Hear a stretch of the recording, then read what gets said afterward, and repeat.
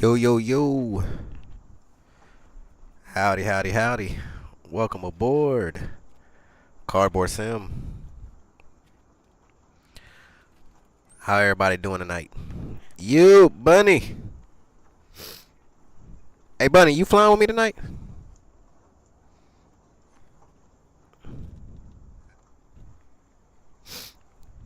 Let me see something. Uh,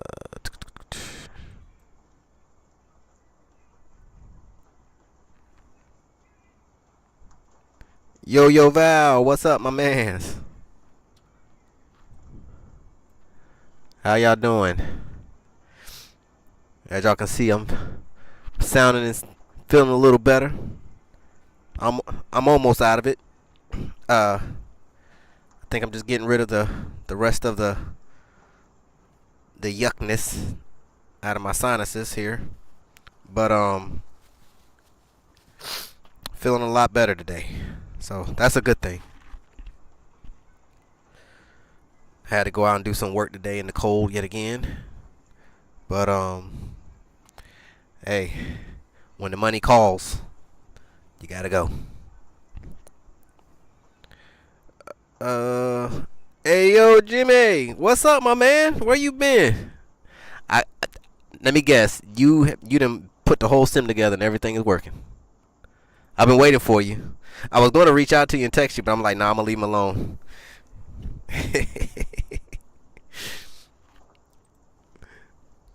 My man over there, he in the zone right now. I'm gonna let him be.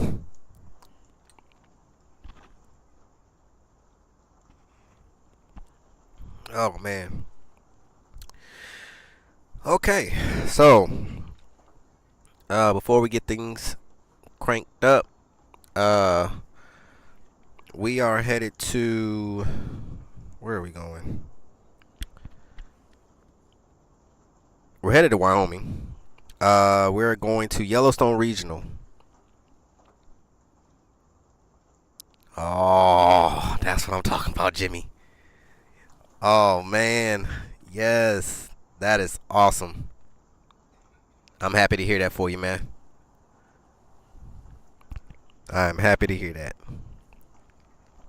I just got done having to do some thug stuff on the sim. So this LED strip that runs along the top and the side. Like I said, I have this strip, which is the newest one, and then I got two LED, like they're not strips, they're actually like lights. They were from like the lights that you put on the table, and I just dismantle it and just grab the LEDs out of it.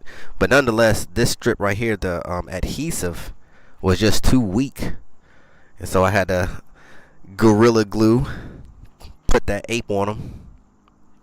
You know what I'm saying? Put some King Kong on them, and we should be good to go there.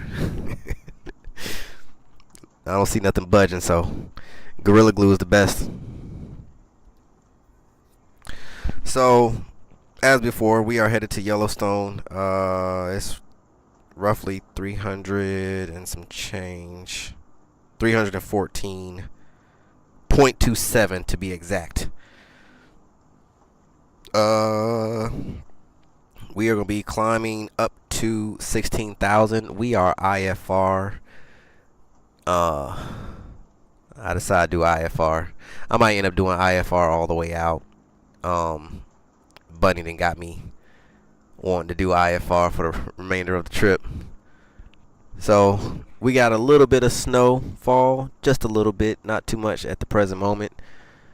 We got a King Air coming in right here.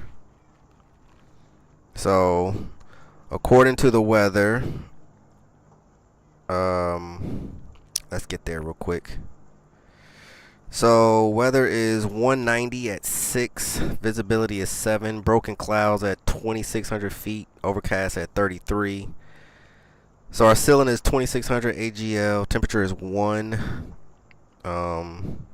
dew point is 0, humidity very humid, 93%. Altimeter is going to be 2975 once we get things cranked up.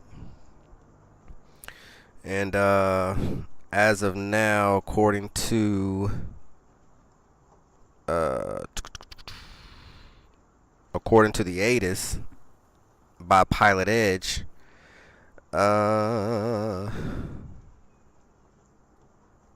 We'll be departing runway 20, according to this. So 20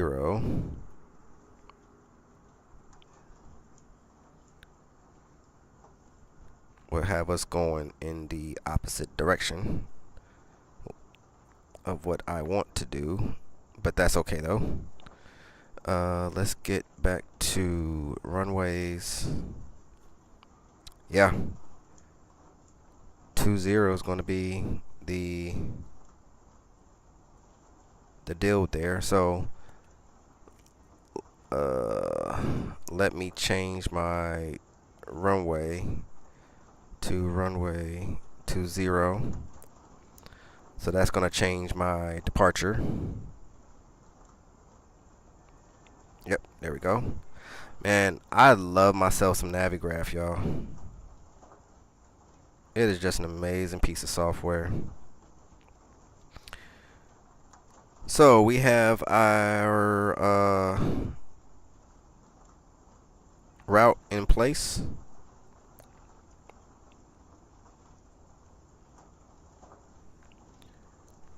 And it looks like we're going out on the Scott departure.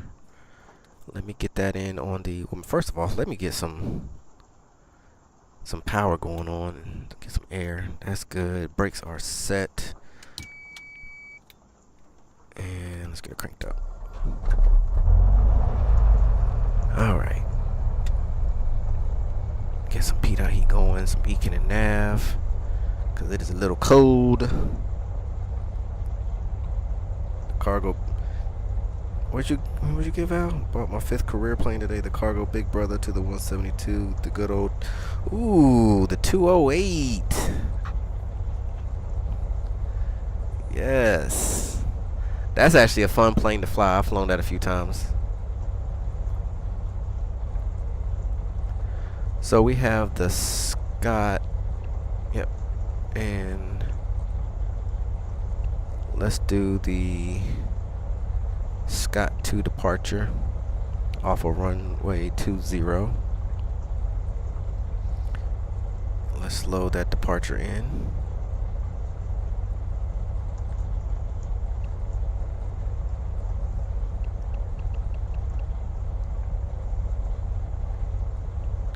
And according to oh Lord, stop.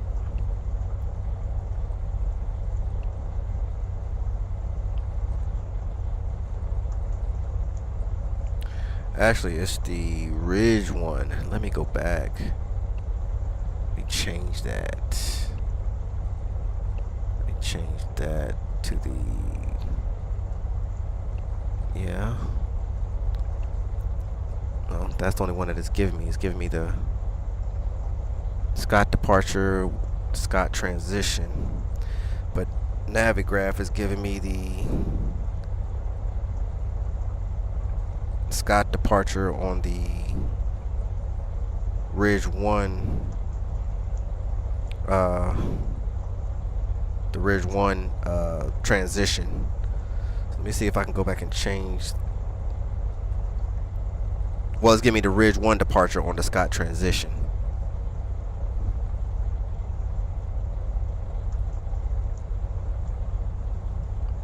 Right, so I want the Ridge, but I'm not getting the Ridge 1 departure in there, so let me see if I can change my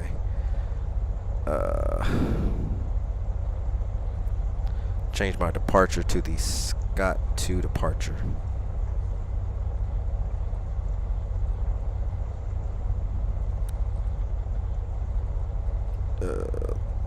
To the Scott 2.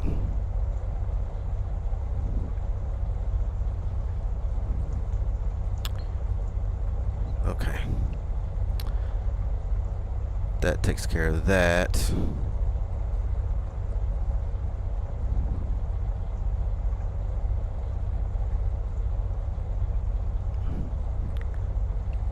right. I haven't sent you the. Got an improvement for it. I made the glare shield. Put LED strips in. I did the PTV on the test. Arduino Uno and LED dims. Jimmy, you are the man. That is awesome. Sounds like a plan, man. I'll be in the air for a little bit, so I'll be looking for you.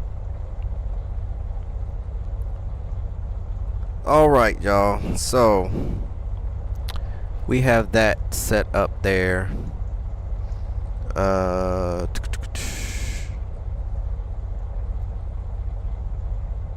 Let me get y'all some tunage.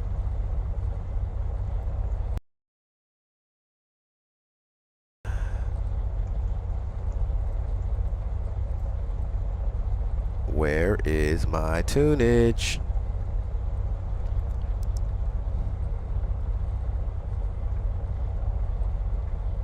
Media source. Why is my... Uh-oh. What are we doing here? Changing stuff around here. Nope. My bad. I'm trying to figure something out, y'all. Y'all give me 1 second. My apologies. I am... There we go. I done moved stuff around. That's why.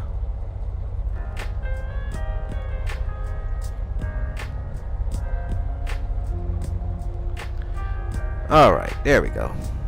Give y'all something to tune out to while I'm yapping. Okay. Alright. So, first and foremost, let's get some ATIS going.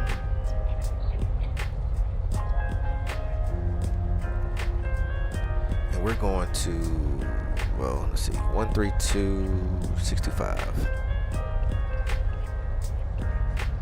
Information pop-up. Glacier Park International Airport. Information pop-up. 0232 Zulu. Wind 175 at 4. Visibility 5. Sky conditions. Scattered at 2400 feet. Broken at 3000 feet. Solid overcast at 3400 feet. Temperature 0. Dew point 0. Altimeter 2977. Arriving and departing runways 230. Visual approach is in use. Advise on course heading, altitude, and if flight following is requested. Read back all runway and hold short instructions. Advise on initial contact. You have information pop-up. Information pop-up. Glacier Park. Information pop-up.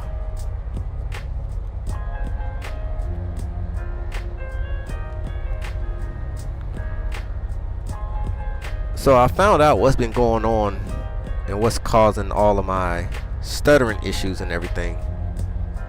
And I'm sad to say it's my 750 that's causing it. So I gotta figure out a different way to run this thing. I don't know if it's because the Fire tablet just can't keep up with the info, and so it's causing stutters on the CPU on the CPU side, or is it spacedesk? Because every time I turn the 750 off, I have butter smooth performance. I am talking so smooth it feels real.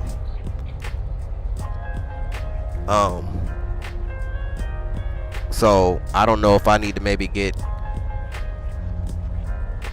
another iPad maybe, or instead of running SpaceDesk altogether, I'll just get an HDMI touchscreen, like a 10-inch HDMI touchscreen, and run it into the GPU with the other 3 screens, and then just pull it down from there, and maybe that'll be a better option.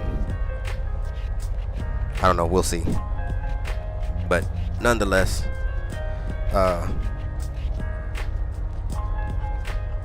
that's what's been going on. So I'm gonna have to deal with these stutters for a little bit until I figure out what's my plan of attack on that one. Okay, so let's get ourselves together here. Did you say we had Papa, right? I missed it. E0. Dew point 0. Altimeter 2977. Arriving and departing runways 230. Visual approach is in use. Advise on course heading, altitude, and if flight following is requested. Read back all runway and hold short instructions. Advise on initial contact. You have information, Papa. Yep, Papa. Alright, cool. Let's get over the ground on 1216.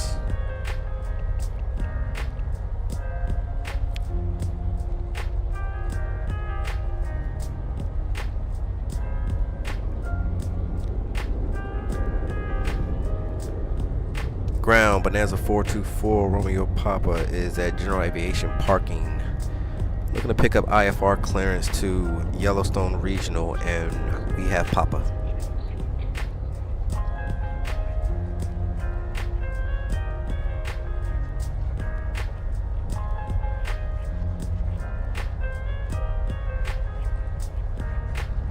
Bonanza 424 Romeo Papa, Glacier Ground, cleared to Yellowstone Regional via the Ridge 1 departure, then as filed. Climb and maintain 7,000, expect 16,10 minutes after departure. Departure on 123.9 or 5 squawk 5744. Cleared to Yellowstone Regional via the Ridge 1 departure, then is filed. Climb and maintain 7,000. Expect 16,10 minutes after departure. Departure on frequency 123.9 or 5 squawk 5744. Bonanza 424 Romeo Papa.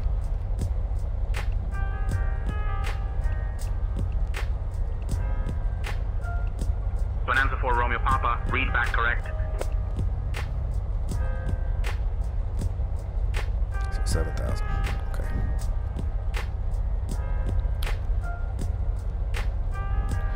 All right. I have a 7-inch touchscreen I want to incorporate eventually. Man, all you need is a touchscreen and a connection to Flight Sim, and you can have a crazy setup.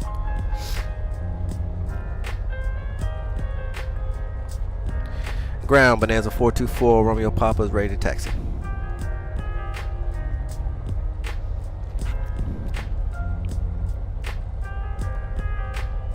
Bonanza 4 Romeo Papa, taxi to runway 2 via Bravo 4, Bravo 8.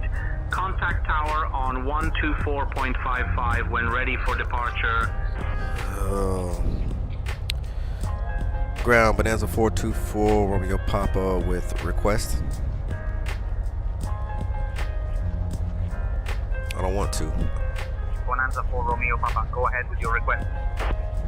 Request runway 20 for departure.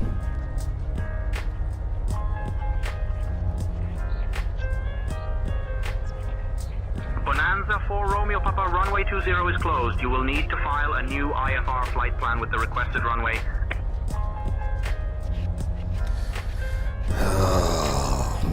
Okay. All right. So let's so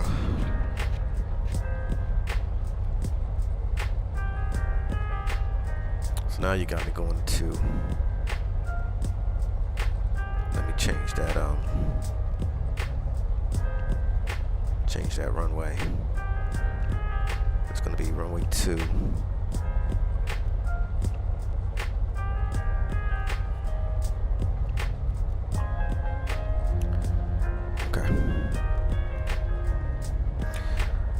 Copy, y'all. Taxi to runway 2 via Bravo 4, Bravo 8. Contact tower on 124.55 when ready for departure. Bonanza 424 Romeo Papa. Okay. Right, Val. But what's crazy is, well, I guess according to Pilot Edge, that runway 20 was departure runway, but I guess they're saying different.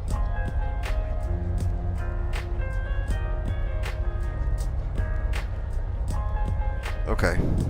Well, let's get this changed in here then.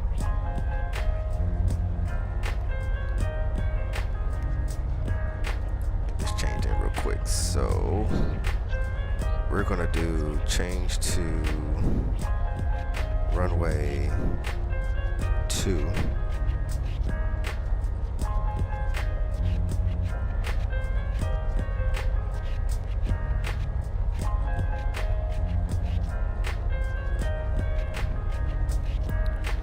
This is gonna change to runway 2.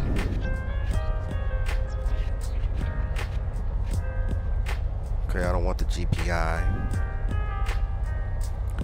So departure is going to be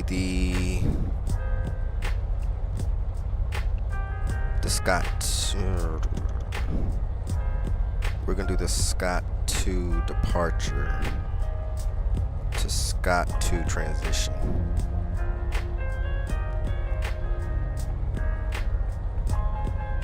Just got to clean stuff up real quick. I apologize for the hold up, y'all.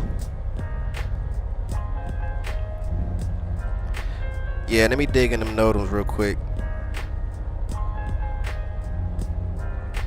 Cause see here in Navigraph it's saying that runway 0. Let me look in this thing real quick, cause y'all about to irritate me right now.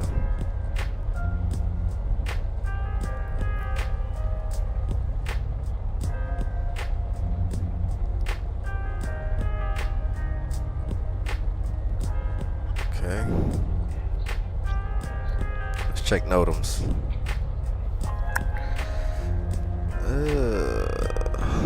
What's the date? The 7th, right?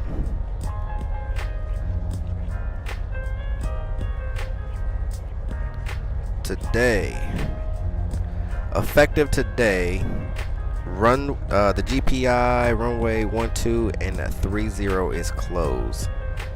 Says nothing about 20.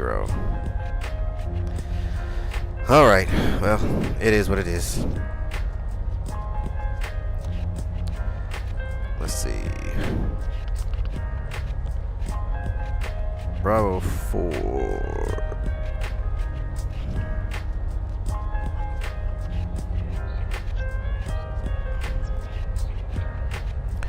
Bravo 4. Then Bravo. Then Bravo 8.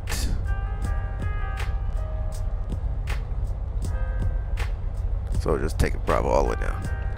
Alright, cool. Let's ride, y'all. Let's get some taxi lights going. We got beacon now. We got PDOTs going. Brakes are released.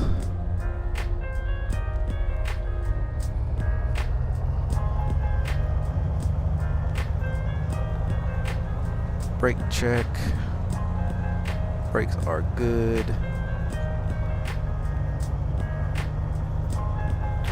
Alright.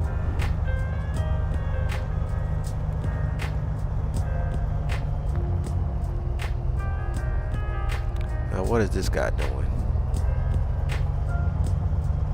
This is the stuff I'll be talking about.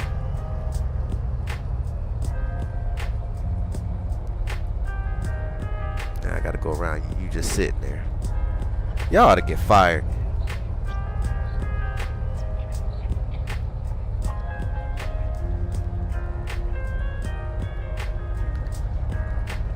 Oh man, yeah, I gotta do something with these stutters. I don't like the stutters.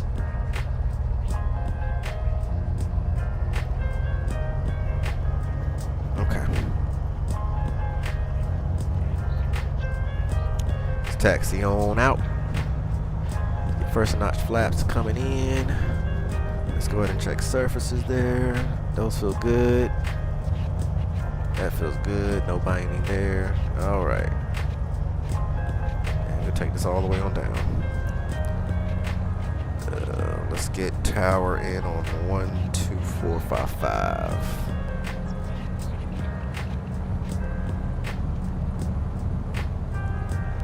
But then what's crazy is the sim is actually taking off runway 20. That's the weird part.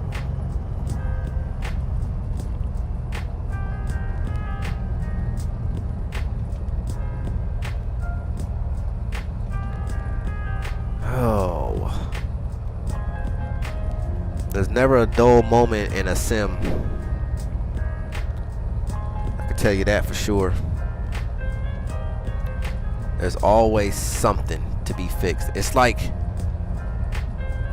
that old car, that old truck that you've been working on for such a long time.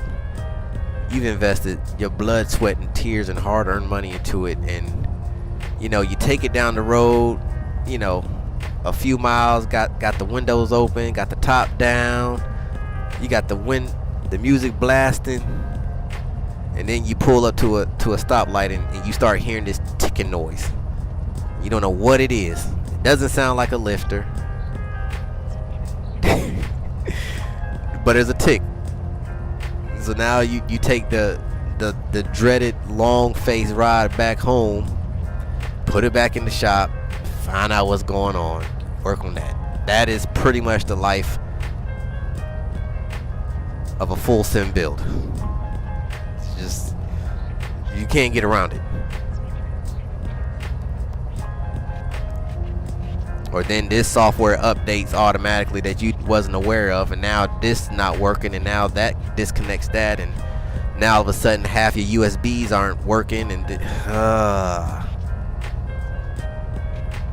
now I know Seth, he made a video on Bonanza for Romeo Papa, contact tower on 124.55. Have a good afternoon. Switching over to tower on 12455, Bonanza 424, Romeo Papa, good day. Yeah, Seth had made a video about the good and the bad. I think I need to make my own as well. Okay, let's get this thing off the ground, shall we? Glacier Tower, Bonanza 424, Romeo Papa's holding short. Runway 2, ready for departure.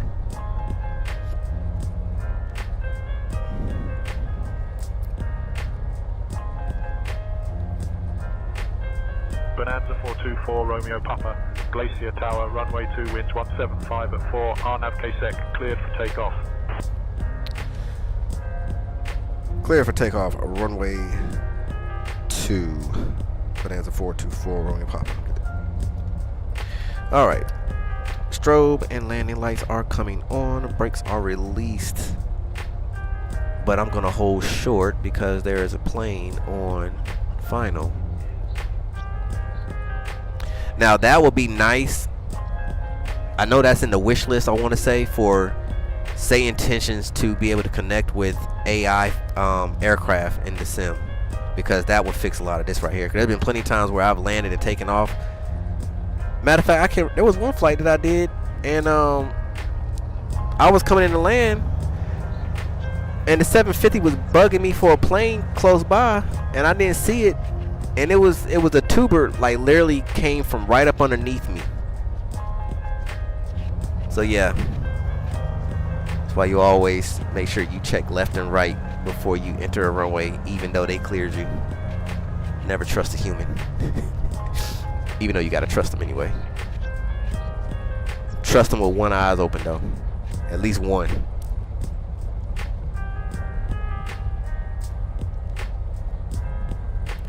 Alright, brakes set real quick. Let me check this thing out. Trying to install the 750. What's going on with it? I got the inside scoop. Apparently Toby was seen in the vicinity of runway 20, so it was close to safety. That is a good one, Val. I like that one. What a good way to start this trip. Alright, brakes are released. Let's get going, y'all. Oh, this wind is pushing. It is pushing hard. Very hard. Airspeed is low. I can't keep this thing on the center line. Man. Oop, come on with it. There we go. There's 60. That was a rough one. Woo woo. Well, technically we should be taking off from the other way because we're flying with the wind, but anyway. Positive rate, gear is up, speed checks, flaps are coming up. Taxi light is coming off.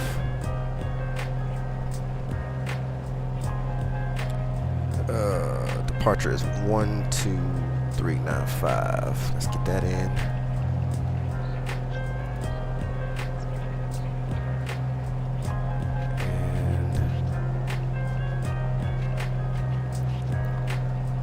And we are climbing out.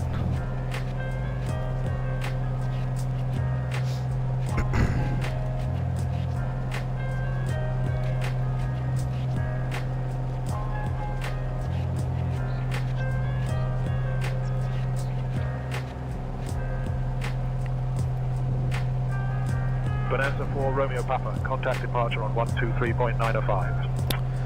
Going to departure 123.905, Bonanza 424 Romeo Papa, good day.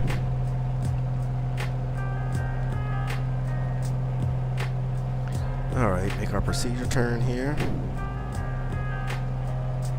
7,000. Departure Bonanza 424 Romeo Papa is 4,700 for 7,000. Man, this wind is blowing. Bonanza 424 Romeo, Papa Salt Lake Center, radar contact. Clear direct evil, climb and maintain 16,000. Clear direct evil, climb and maintain 16,000, Bonanza 4 Romeo Papa. Okay.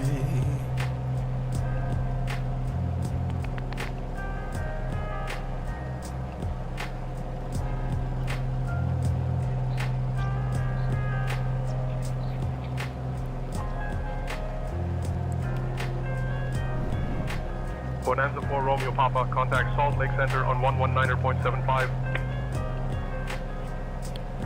Going to 119.75, Bonanza 424 Romeo Papa, good day.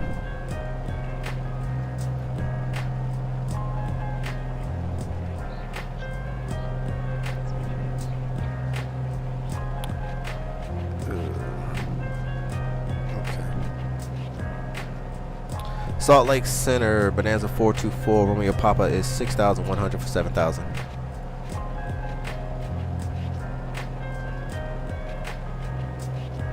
Bonanza 424 Romeo Papa, Salt Lake Center, good afternoon. Kalispell altimeter 29er.77. 29er77, Bonanza 4 Romeo Papa. Okay, so let's get nav in.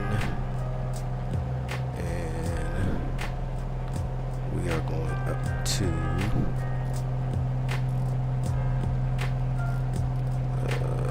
16,000. I forgot they already cleared me for 16.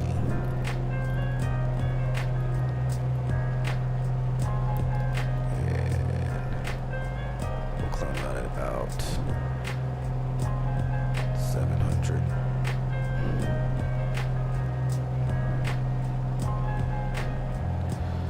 Alright, nav is on, autopilot is in. We are now tracking.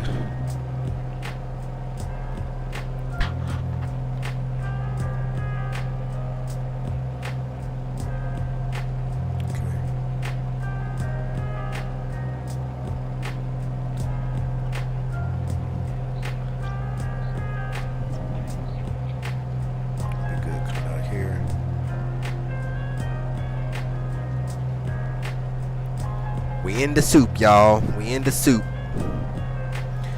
Alright.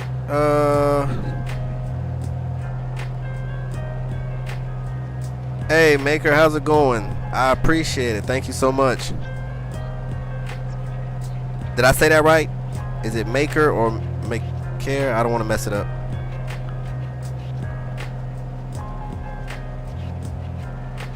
Let's call you Junior. How about that? Try to give everybody nicknames. Helps me remember everybody's name. 4-2, what it do?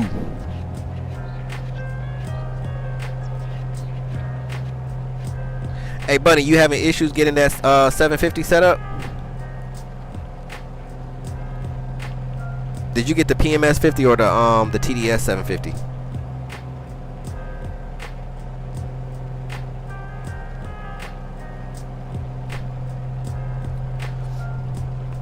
All right, let's get this thing leaned out a little bit.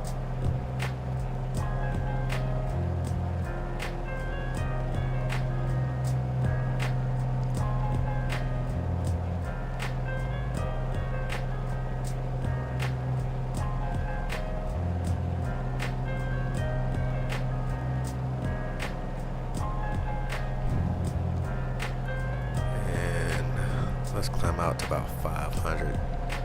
I want to get a little bit more speed coming up out of here.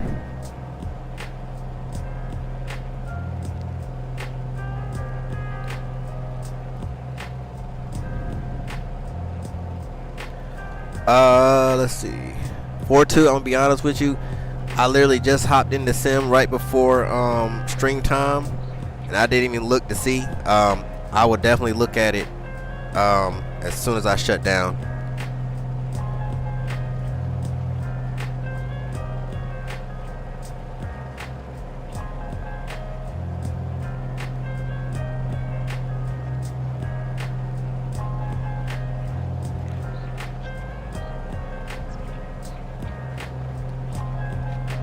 Wait a second. So the username is Nave4279, but I'm going to change that if I can to 4279. Okay, I'll keep an eye out that for you. 42.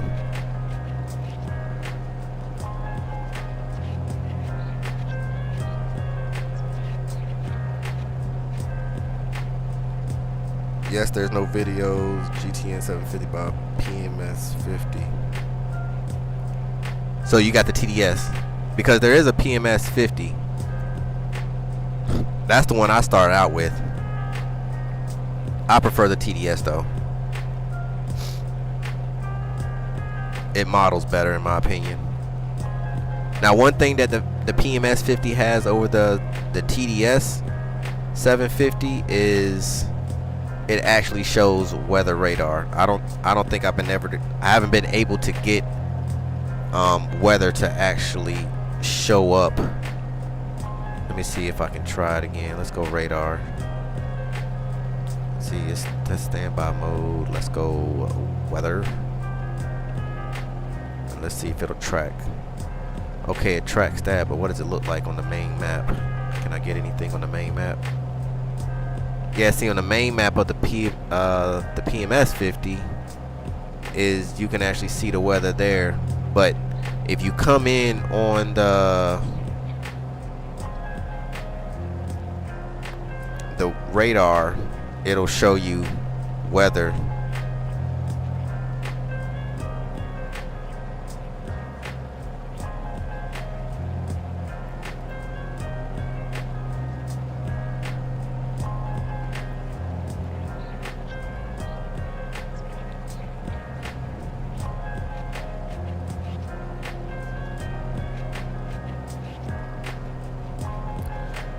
.2024 hasn't worked for me in a few days. It's stuck at 68% loading.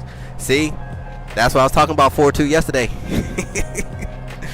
24 is still too finicky for me, man. Like,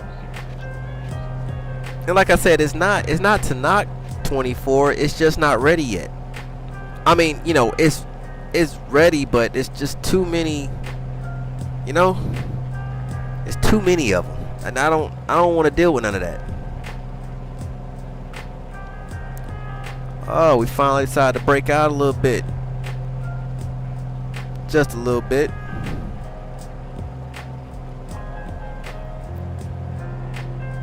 Oh, that's nasty over there to the right.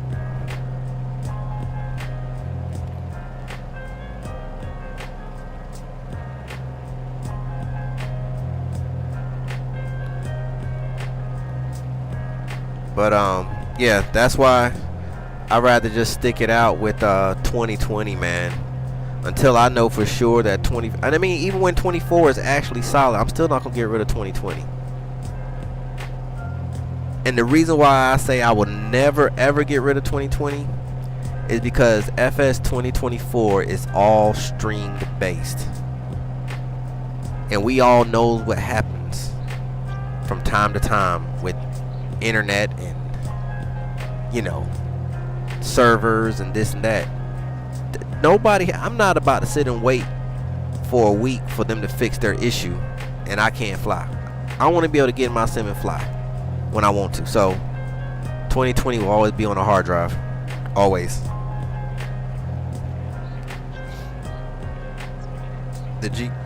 Hold on, there's only one available. It has everything, premium version, GTN750. Bunny, you talking about? Are you talking about the PM? That's what I'm confused at. Are you talking about the PMS 50 or are you talking about the TDS 750? Because when you say premium, it makes me think of the PMS 50.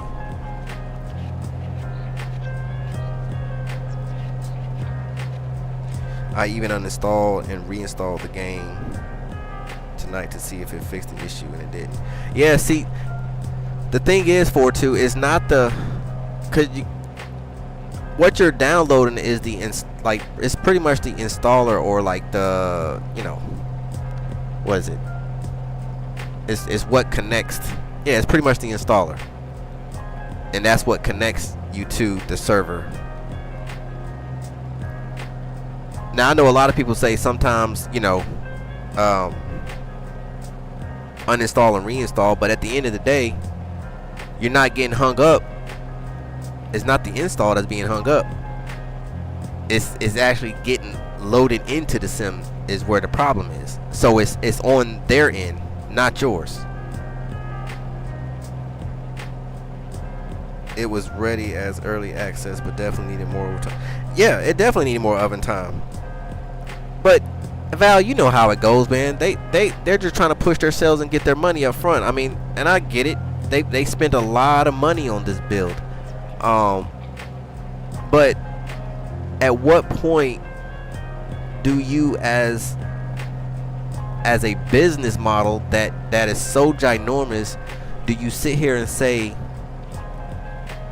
if this is going to be our entry point, you know, then we have to make sure that we deliver what we say. Because this is not this. I think the last time we had a solid sim out the box was FS 2004. FSX was a total disaster. FS 2020 was a total disaster coming out the box too.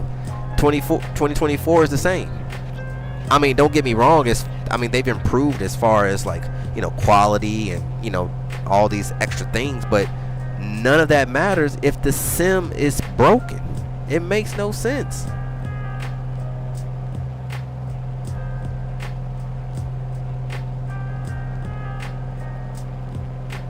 I don't know how it's working for other people if it's not working on the loading screen. And, you know, another thing I think it is too, 4.2 is I think it has a lot to do with your internet. Because, like I said, it's a string based system. Now, you don't have to have the greatest, but in my opinion, if your internet is subpar, you're going to have issues. Now, another thing you can do to kind of help that out is make sure you don't have any background programs or anything like that running until it's actually up, because it could possibly well get hung up on that just because there's too much going on in the background, or your bandwidth is too slow, or not too slow, but, you know, your bandwidth is not fast enough because there's too many other things going on the network. And so when it's trying to process, you know, all the information that's trying to get connected to your PC, it might get hung up because that was a vital, you know, a pivotal moment within the loading time or the loading scene, and it just locks up. I don't know, but I know there's a lot of people that don't have any issues, and they're up and flying every single time they log in. Now, the only time I had a problem actually loading into the game was in the very beginning, but after that I could load into the sim with no problem. But like I said, I don't feel like dealing with it right now. It's still too buggy for me. The site is PMS50. The software is gtnxi premium. They also have a free version. Okay, so the free version and the premium version, Bunny, is the free version, it gives you like basic functions, and I can't remember all the functions that it gives you, but it's very minimal. But when you upgrade to the premium, it opens up everything that they have to offer. And I mean, I bought it. I can't remember how much it was because I was using that 750 with the H30, the BR Sim Designs VTEL. As a matter of fact, I was actually using it with this too until I found out about TDS. And I found out about TDS through a forum. I was reading through a flight sim forum, and somebody was talking about which one do you prefer, the PMS50 or the TDS. And I was like, what's this TDS? So I did my research on that. And I was like, oh, this looks a lot better to me. So I went and got the TDS, and I haven't turned back. Starting on the 12th, we're supposedly getting the option to start. What?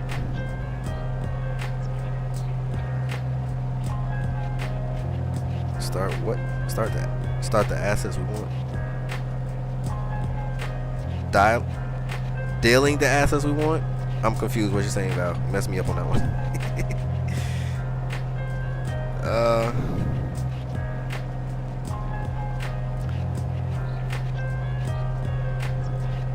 Let's see. I have between 250 and 300 megabytes of internet speed. Okay, well, it's definitely not your internet speed. Your internet speed is actually pretty good, I must say.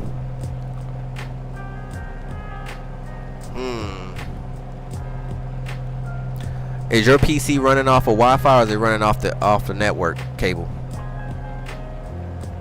Because if you can run it off the network cable, that would probably be your best bet. You'll get better speeds and better performance, especially for when you're talking about flight sim and you know, upload and downloads to the PC, because Wi-Fi can be finicky.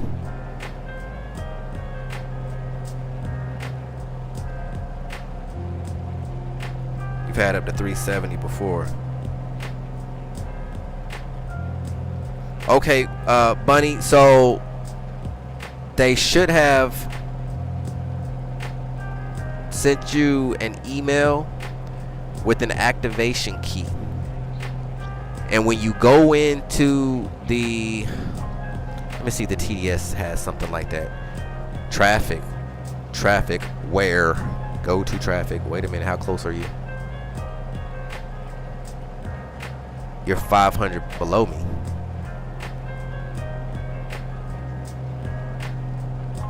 Oh, Lord Jesus. Hold on, y'all. I got traffic. 600 below. Alright. Well, you're 600. As long as you stay there, I'm alright. So, when you go into the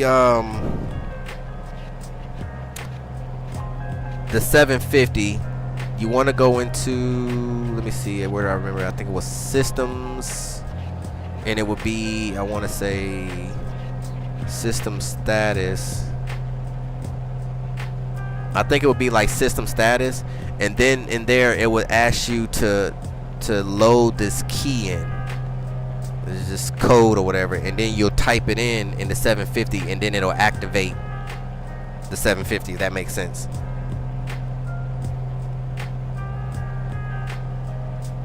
Downloading. Okay, I got you, pal.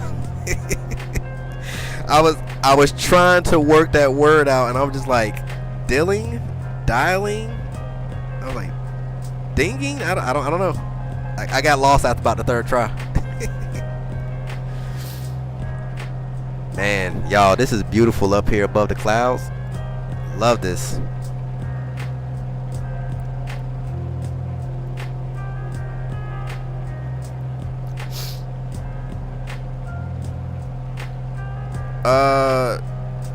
You could do it in the game, or you can do it if you have a you know, a tablet where you're doing a pop out. Either way, as long as you get access to the 750, you go in there. If I remember correctly, that's how you do it. But if you go back onto the PMS50 website, well, shoot, even if you download it, it should have gave you a PDF file that kind of gives you directions on how to do it. But that's pretty much how you do it. It was something like that for sure. I know you go into setup, or once you go into the main screen, you go to systems, and I want to say it was system status.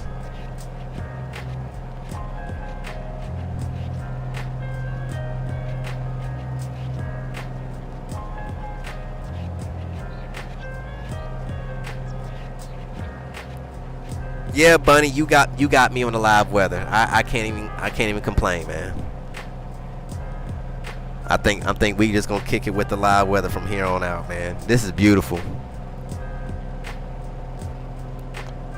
It gives you that more realistic, you know, immersion versus just being clear skies all the time. 'Cause let's be honest, it ain't always clear.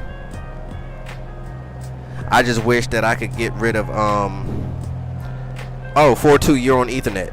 Okay, cool. Cool. So now there are we got an F-22 out here. You probably can't see it, but I can see it. Well, I can't see it, but I can. MCKA F-22E.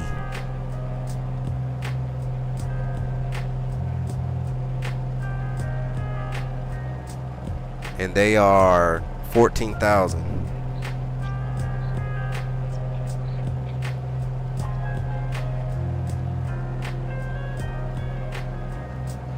There we go.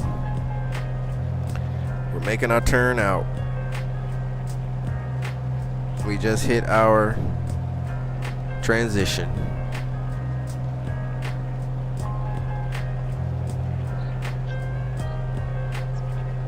And now it's direct to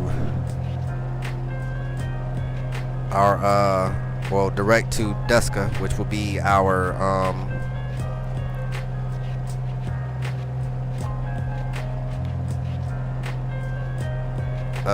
approach. Initial approach. If I remember correctly, let me see. Is that what I put in there?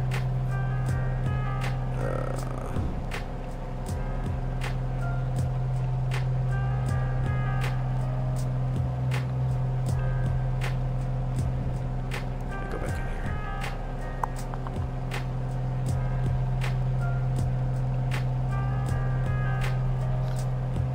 Well, let me take that back. It's not our initial approach. That'll be our waypoint to connect with whatever approach I load in. All depends on what runway we get.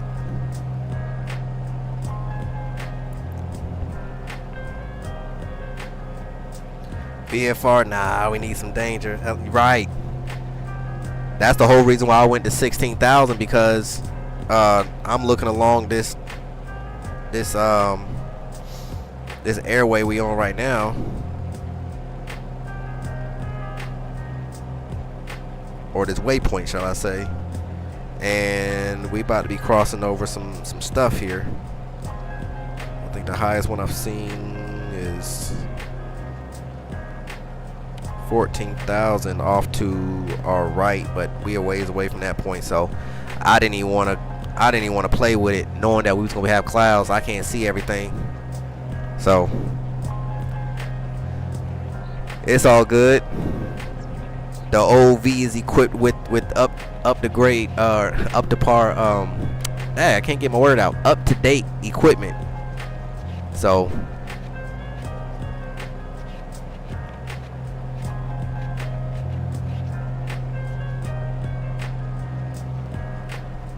we are good to go there. 16,000. Let me see if I can lean out a little more. Right now I'm only at 9.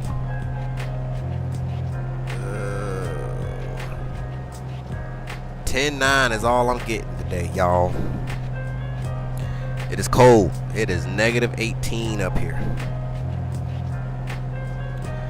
I'm trying to think. All right, back to you, 4.2. So Ethernet, good internet speed. PC is still locking up.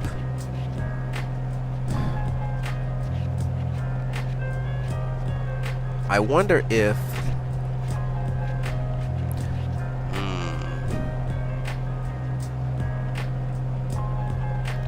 Do you know what kind of cat cable are you running? Cause see, this is where things get a little crazy. And not necessarily, not saying that these things are the reason as to why, but there are some things that you can actually do on your end to make things better on your end. So for starters, you want to upgrade your cat cable. 9 times out of 10, if you're running the cat cable that came with the internet service provider, it's going to be a cat 5. Maybe a cat 6 at this point. They might be giving y'all okay. Oh, cat 8. Alright, so you in the business. Alright, cool. So I haven't got to talk about that one. Okay, so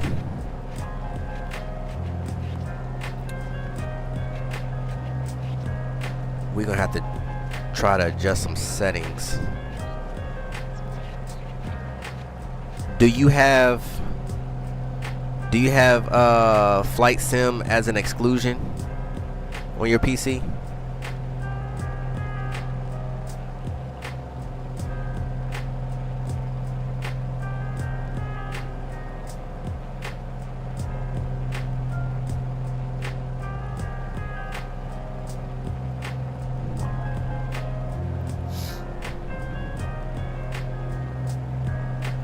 You have a custom DNS, so maybe if I go to the default it'll work.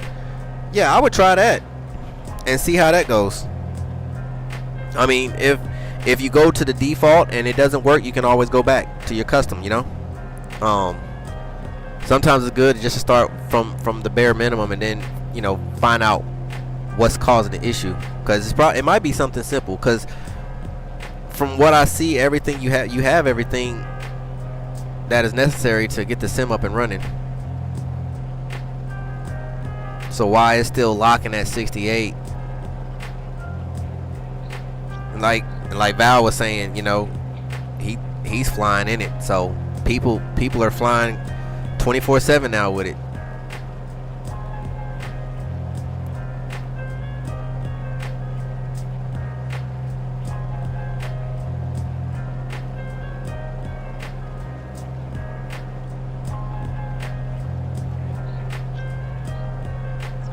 Let me ask you this, 4.2. What do you know what your internet speed is? Not as far as your download speeds, but like exactly what speeds are coming to the house. Do you know that? Like is it like a 1 gig or 2 gig or 500 megabytes?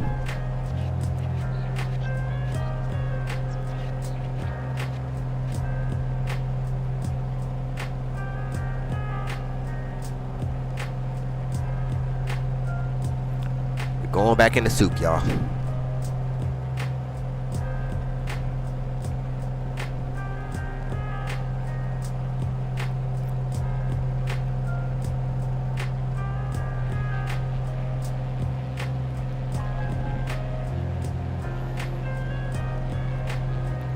I have no idea. Probably between 500 and 1 gig. Okay.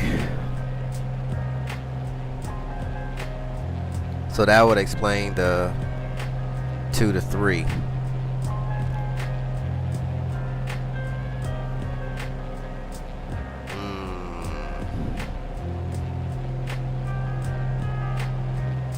Okay.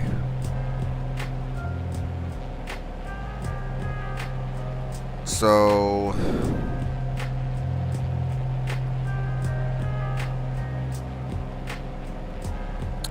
I'm thinking.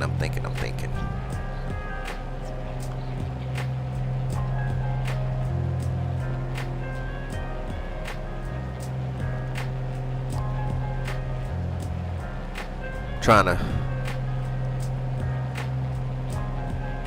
So you got that.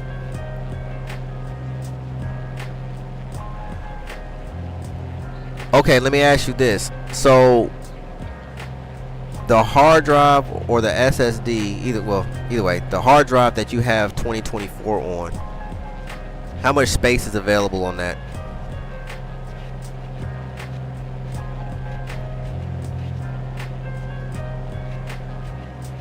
Like, are you more than half full on that drive?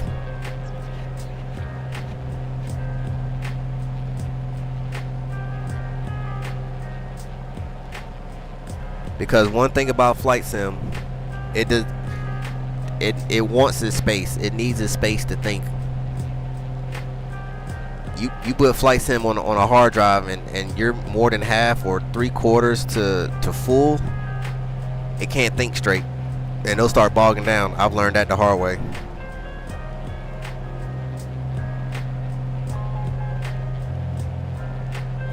You have around 35 gigs. Wait, so you have 25 gigs on a 35 gig hard drive? Huh? Or are you saying 250? Wait, I'm confused. Hey, yo, Jimmy, what it do?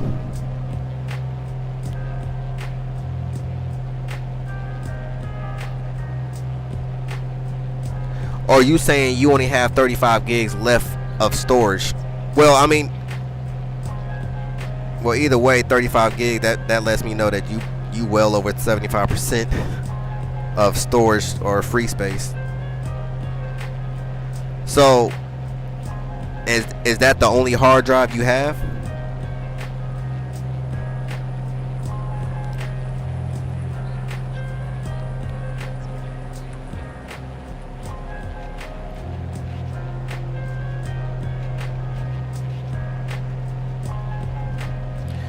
That right there could be the main culprit, man.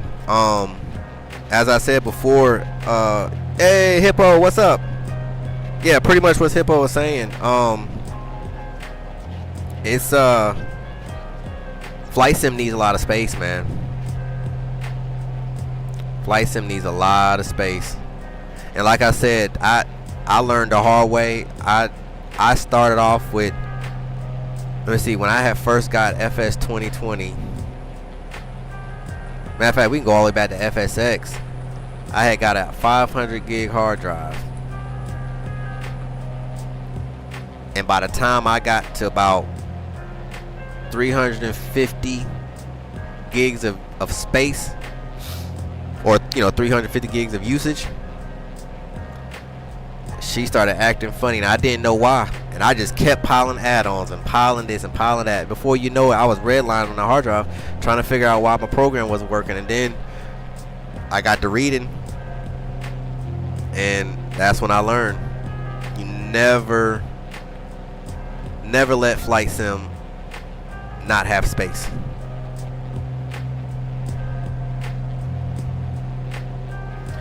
I have that SSD and a 1 terabyte hard drive, but I don't like to use the hard drive because they are unreliable and slow. I'm going to get a 2 terabyte. All games. Okay, so let me ask you this then.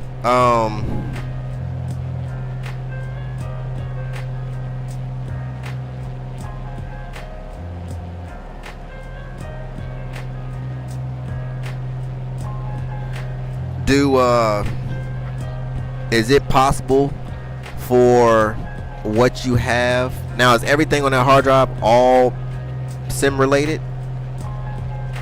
Because if not, you could shift a lot of that stuff over to free up some space on that SSD. That would help a little bit. The new one eats up memory for lunch too. 64 gigs is fine, but going to 96 shows an improvement. Really, Hippo? I didn't know that. Because right now I'm running 64. But I haven't seen... I think the most memory I've seen usage-wise was mid-40s. But, I mean, that's off of 2020, though. So I don't really know much about 24 yet. Time for a NOS. Oh snap.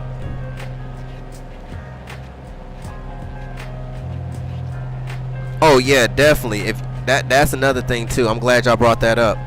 Hey, 4-2. If before you go out and you buy a new hard drive, try your best to get a NVMe M.2.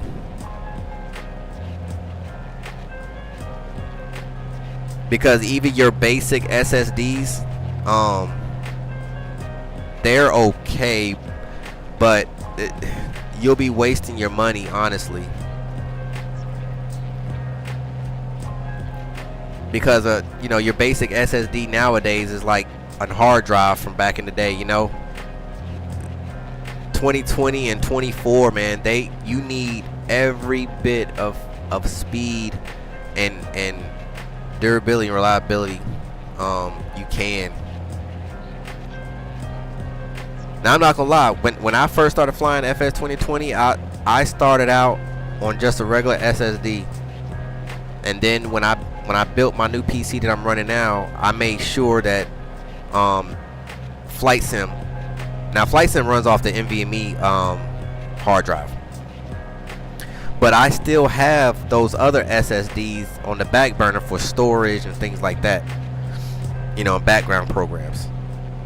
But Flight Sim, they get the whole hard drive to themselves.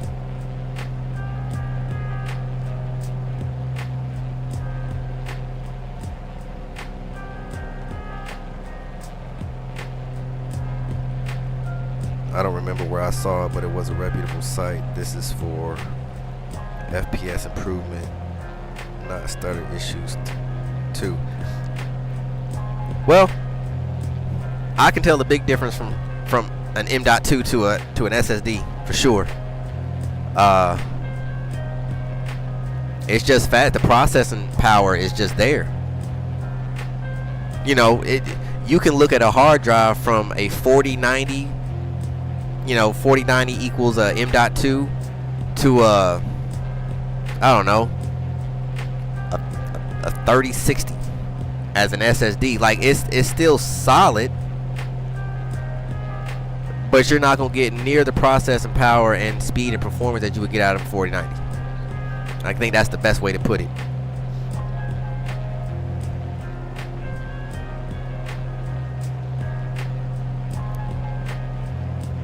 I have that one 250 gig SSD as my boot drive with stuff on it, including Flight Sim, and the 1 terabyte SSD has all other games on it, but I want to replace that with the 2 terabyte. Okay. Luke, sleepy game, sleepy music. I'm going to bed. Sleep well, Luke.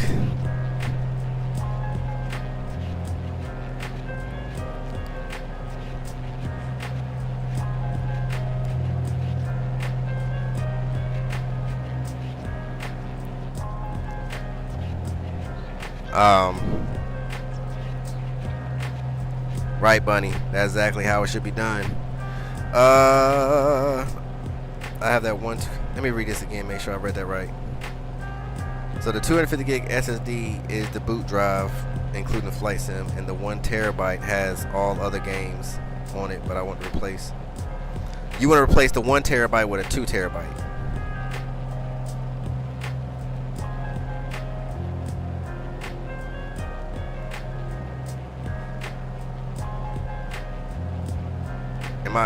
Is that what I'm understanding there? Yep.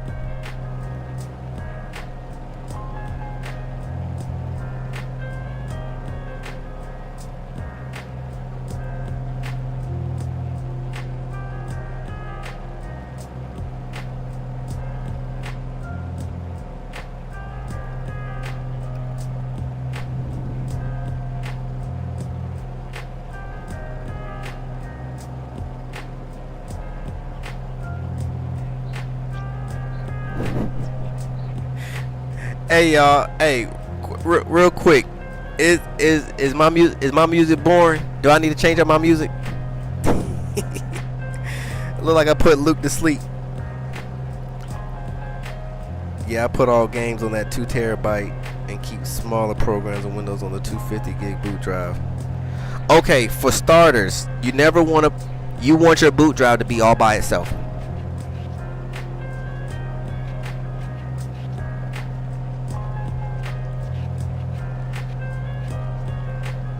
So if it was me in your position,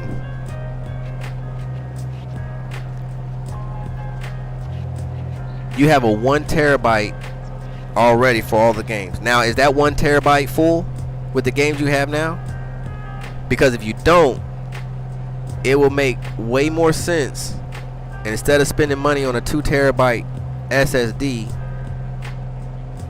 even if you were to get a 1 terabyte M.2 and let Flight Sim have that, leave your 250 gig SSD as your boot drive, everything else goes to that other 1 terabyte SSD.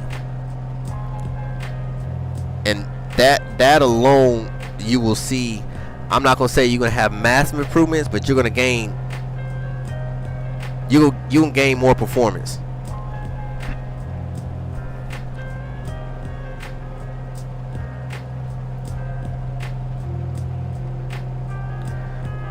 Are your screens projectors? No. They are 355-inch 4Ks. Hippo.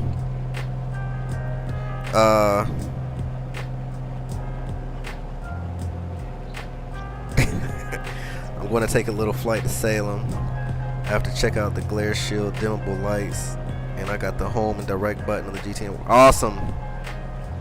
Nice. Matter of fact, I gotta go back and rewire my direct 2 button as well. It's not working at the present moment, so I gotta get back there and see what's going on with that.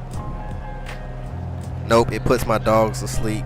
They don't bother me then. Okay, cool. All right, 4-2. You have a good one, man. Hey, we gonna get you back up and running, man. Don't even worry about it. You got a good team here.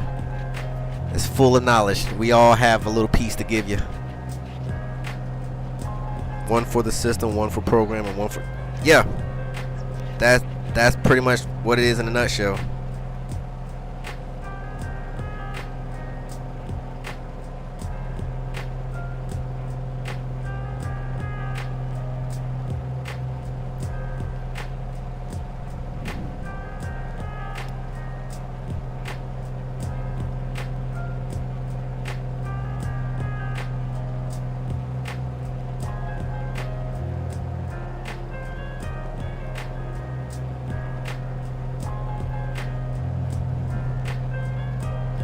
It is a cold one up here.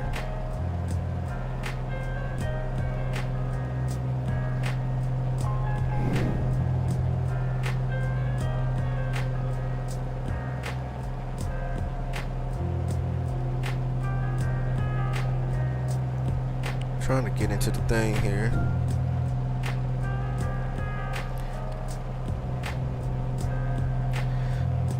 Shoot, Hippo made a valid point earlier. I'm gonna keep that in mind.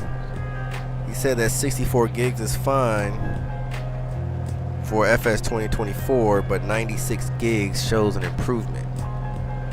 You know, and that's the one thing that kind of startles me on that, Hippo, is because when prior to the release, and you know they showed their board on, you know, their recommended equipment setups according to, you know, where you fit in on the scale, and they said that 64 gigs was the, well, I just kind of answered my own question, because when has their recommendations and ideal ever really mattered? Because even when you look at FS2020 and their recommended for, you know, just to get the sim up and running was way higher than the setup I had. My CPU was way older than what they was calling for it, and it ran the sim just fine in 1080p with 3 screens.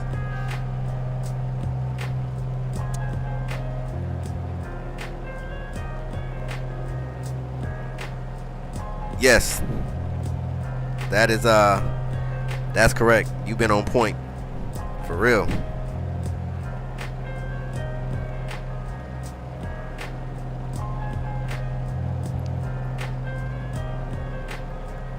So since you said that, it was like a linear increase in frame rate. I'm guessing it has to do with buffering. Now is that based off of ultra settings, or is that just based off of pure, you know, just running the sim without all the extra stuff? Oh no, it's fine, Hippo. Hey, it's all love around here, man. Everything that you've been saying tonight, though, I validate it.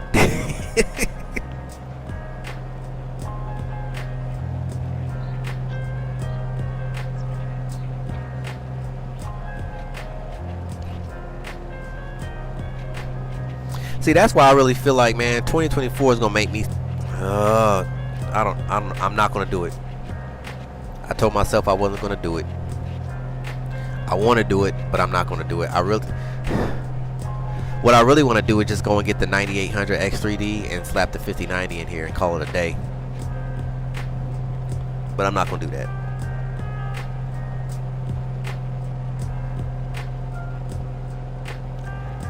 How much is the other version you like? What's it called? It's called the it's the TDS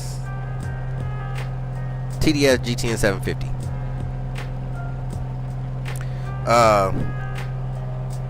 How much? Don't give me the line. Let me see something.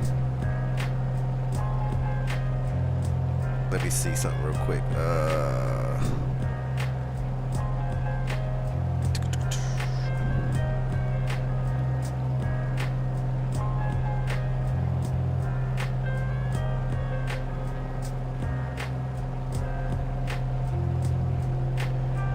I'm looking it up for you right now.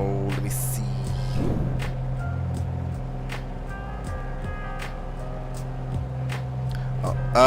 This one is 6885. So 69 bucks. Bonanza 4 Romeo Papa, contact Salt Lake Center on 132.4. Going to 132.4, Bonanza 424, Romeo Papa, good day.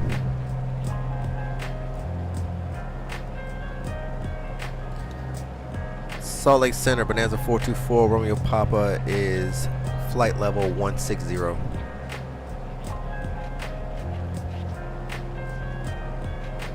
Bonanza 424 Romeo Papa, Salt Lake Center. Good afternoon, Lincoln altimeter 29.83. 2983, Bonanza 424, Romeo Papa.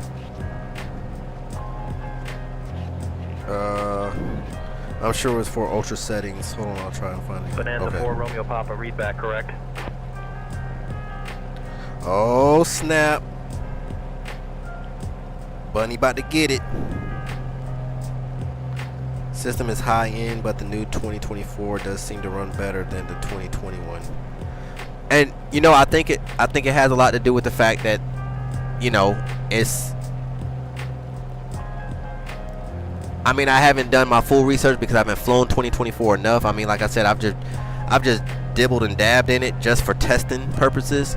But it does look like multi-threading is in effect. I don't know how well, but I think that is the major culprit as to why 2024 performs a lot better.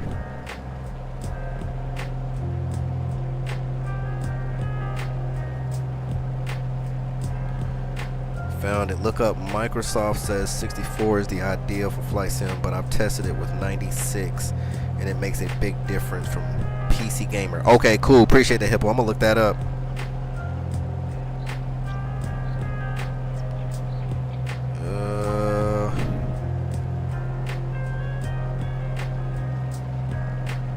% lows are quite a bit better.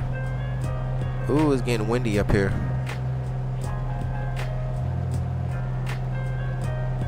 We getting pushed around up here.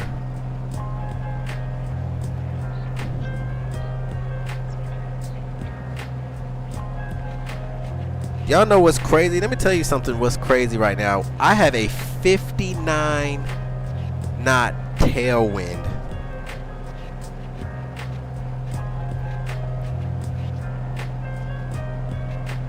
I'm doing 120 knots, but I'm doing 181 on the ground. Crazy. I've never seen speeds like this before.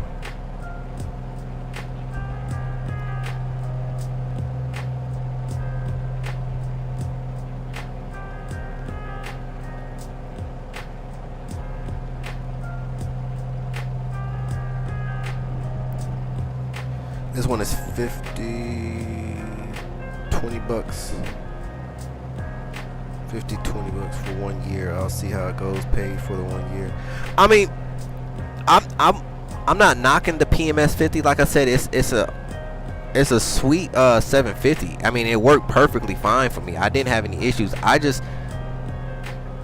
got a hold of the TDS, and okay, matter of fact, now my memory bank is turning, and now I know why I went with the TDS now.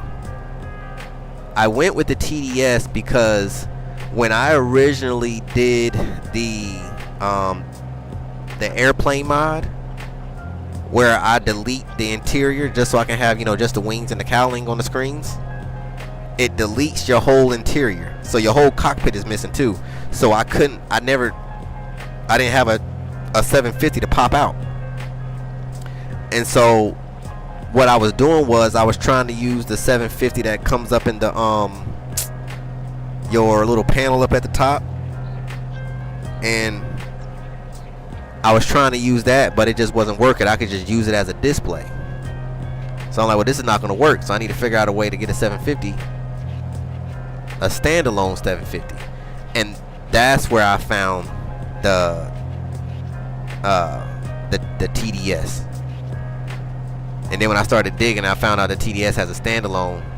I was like, okay, that's where we're at. And then when I got into it and started working, I'm like, oh, this is amazing. So that's why. But there's nothing wrong with the PMS 50 though.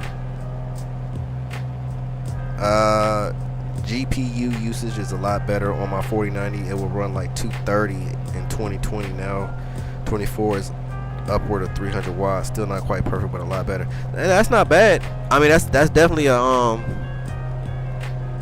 performance boost there. I mean, I've been able to see. The funny thing about 2020 is, man, it's crazy. I was doing some benchmarks a couple days ago, and I was able to get the 4080 Super up to about 96%. But I could never get my CPU up. I think the highest I've seen my CPU was, I mean, it spiked to like 60, but it's literally just a spike. But the most I've seen it run is like 35, 36%.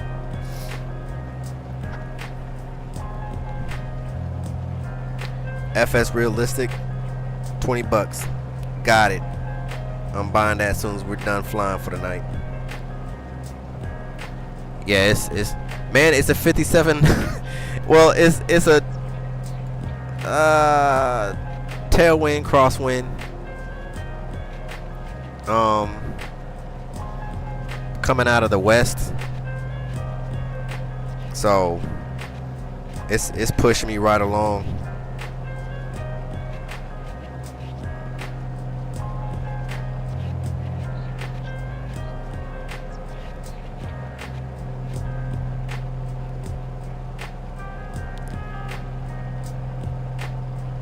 Yeah, 96%. But I mean, I think I've dialed it back though, just because, you know, the margins were they're just so far off, man. It's like the GPU is ready to do its thing. The CPU, the power is there, but the algorithm, or you know, the system itself just won't let it run. I mean, I got a 7800 X3D, which, don't get me wrong, that L3 cache is definitely handling the business, because I mean, I could see that's where pretty much most of my power is coming from. But shoot, at least give me 50%, you know? If I could figure out how to optimize 2020 to at least get the CPU at 50, I think I'll be all right.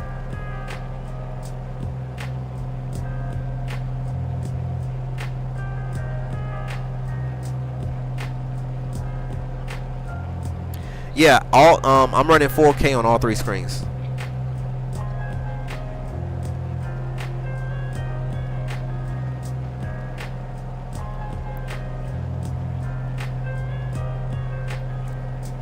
Now for this particular flight, because I didn't get a chance to go back and readjust, because I was playing around with it some last night after my flight, and because I was trying to chase this stutter issue I was having, and that's when I found out that it's my it's the 750 on SpaceDesk. So I don't know if it's SpaceDesk or if it's the tablet itself.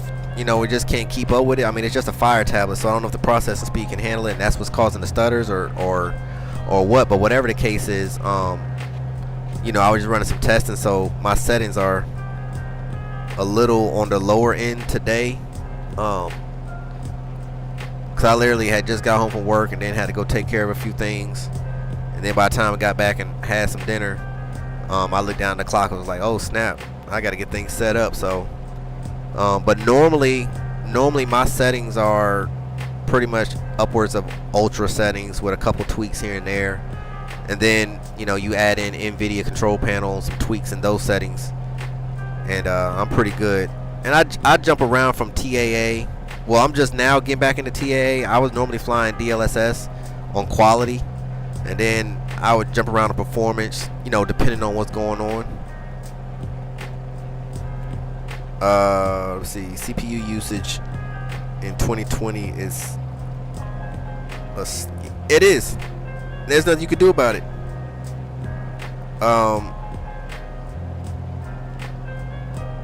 Happens because GPU is low as well, but not with 2020. And see, that's the thing that I don't understand, because for flight sim to be so CPU bound, right? But yet it only allows us a small window for the CPU to do its thing. So how can you be CPU heavy when you don't even let the CPU do what it needs to do? It's like we're out here, we're spending hundreds and thousands of dollars buying the top line equipment just for it to not do anything. But then, you know, then I get to thinking outside the box, like, well, maybe this is all just a big money scheme, because they know people are going out here to buy like a 5090 with a 9800 X3D CPU, and, you know, you're running Rogue Strict motherboards and GPUs, and we're spending all this money to try to push something, and they know that it'll never get there. I don't know.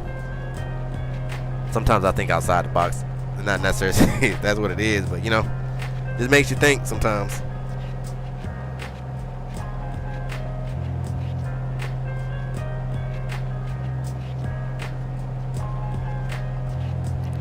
Yeah, it just doesn't make no sense, because when you think about it, if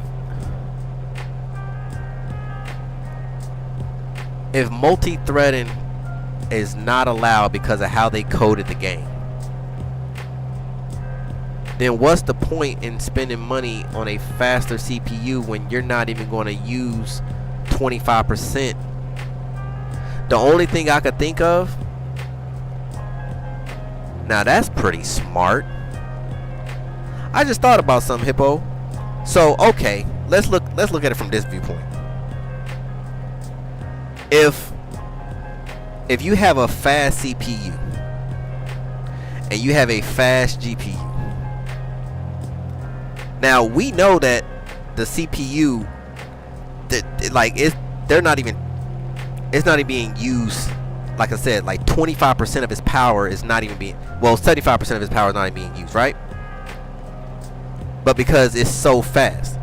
So what if we did like a reverse psychology on flight sim, and say, okay, well, I'm going to run a fast GPU because you definitely need that if you want those ultra settings and those graphics and that really, you know, high level of detail. But instead of running a monster CPU, you bring your CPU down. Like, grab a old, like, I don't know, a i7-10 or i7-12 maybe, or i9-12. Well, no, because that's still pretty good time frame. I would even go down and say, shoot, grab an i5 and put an i5 up to a 4080 or 4090. I guarantee you that i5 is going to be maxed out. Understand what I'm saying? So you might be able to trick the system. And so if you're getting 100% on the CPU side, now the GPU is like, I can do my thing now.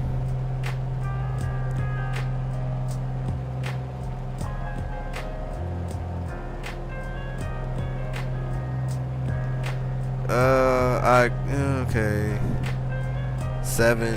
3200K works fine.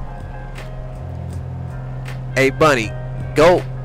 We need the chat and the well, I'll say the cardboard sim and the crew. We need you to go out and do some investigation. We need you to go out and get a 4090 card and put it up against the 3200X that you have right now and see what your performance is on ultra settings.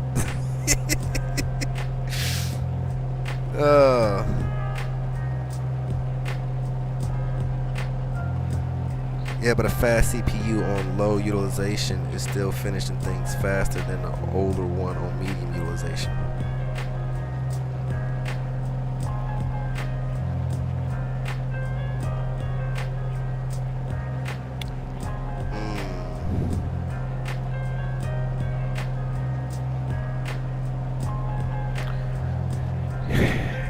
Yeah. Well, I guess the way I would look at, I'm kind of looking at it from a point of, okay, if the CPU is the bottleneck. So right now, like for mine, I have a 7800 X3D.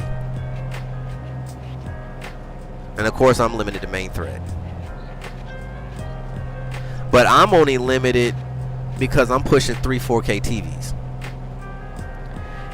If I turn these two side TVs off and just run the front TV, I can do whatever I want with the sim.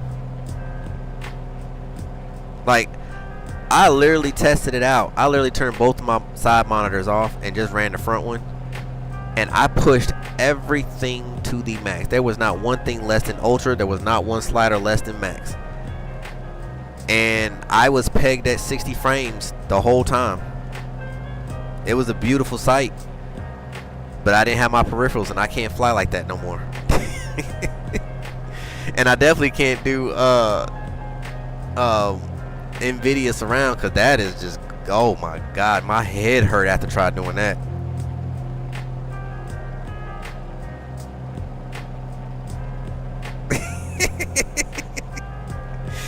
Oh man, I used to have a 10.9. That would have been fun to see how the 4090 work with. I bet you would have got better performance out of that, in my opinion, Hippo. Like, I really feel like, you know what? I'm about to go find me like an old school PC that somebody's selling for like $200.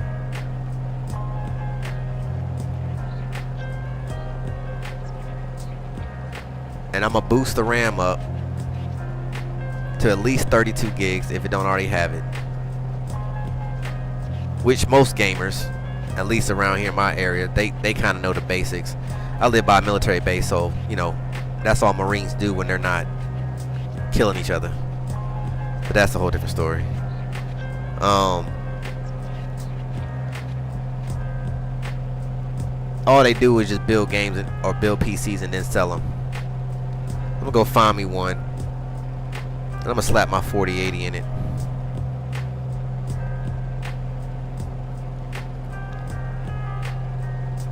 I want to see what that do. I wonder if that makes a difference.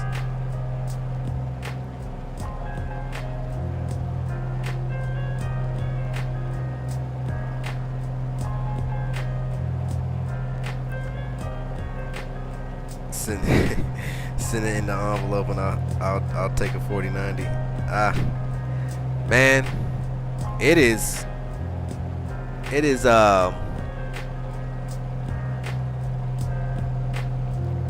that 4090 is still expensive. I want to see what the price point is going to be on the 4090 by the time the 5090s come out next year. I guarantee you they're not going to budge that much. And if you do find one, I would be see, and that's the thing too, because there's some scammers out here, man. When it I don't know if I could buy a used 4090.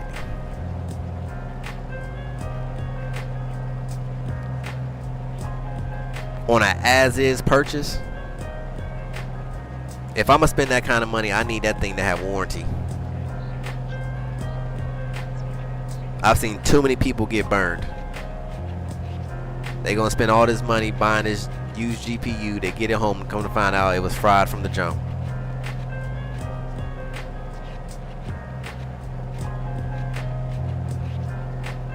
I need to buy a new engine and get a TV piece. Man, I mess around and buy a PC from Temu, man. That thing, that'll be the smallest PC. They don't even make PCs that function. It probably wouldn't be a PC. It'll be a picture or a little cardboard box that looked like a PC. Y'all not about to get me caught up in that garbage. I know that. I bought mine not too long ago after my old one died. I wanted to use a 3090 until the 5090 came out, but I just couldn't do it. Man, look, I get it. I get it. It's one of those things, you know, like once you hit a pinnacle, you can't go down.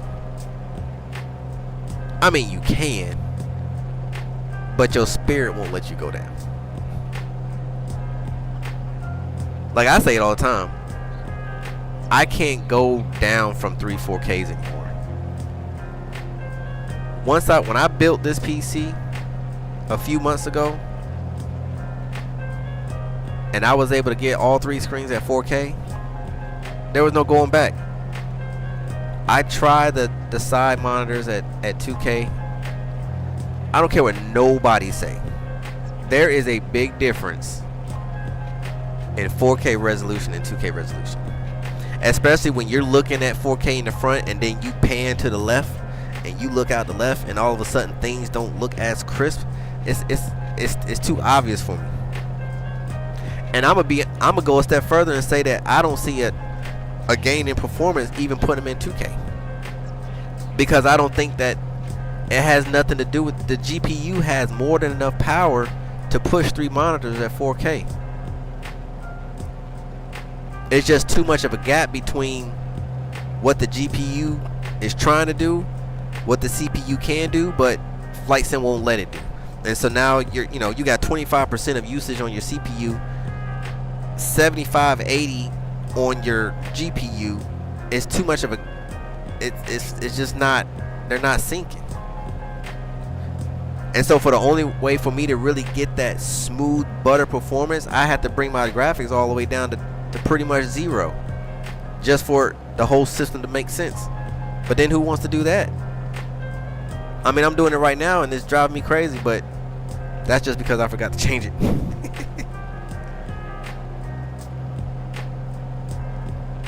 Exactly. I had the fastest gaming computer money could buy. I had never had that before, and then I lost it, but money could fix it. Hey, man,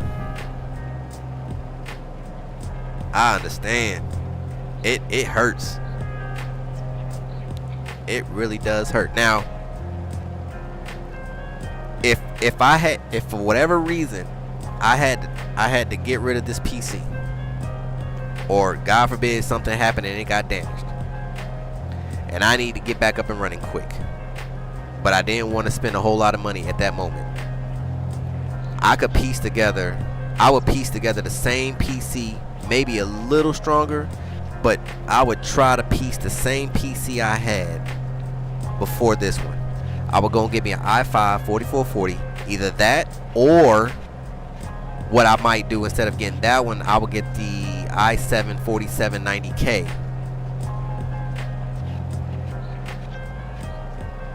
Put 32 to 64 gigs on that.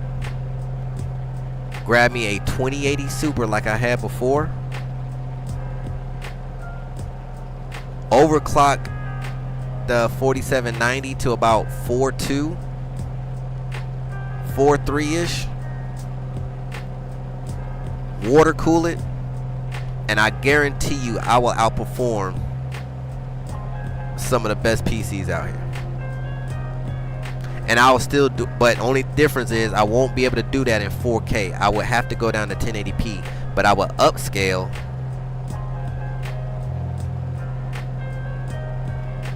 and run frame gen, and I'll be back in business. 3 display ports, 1 HDMI. That's all I got. 3 display ports. No, I have 3 display ports and 2 HDMIs, but I'm running all 3 on a HDMI to DisplayPort cable, because unfortunately TVs don't come with display ports.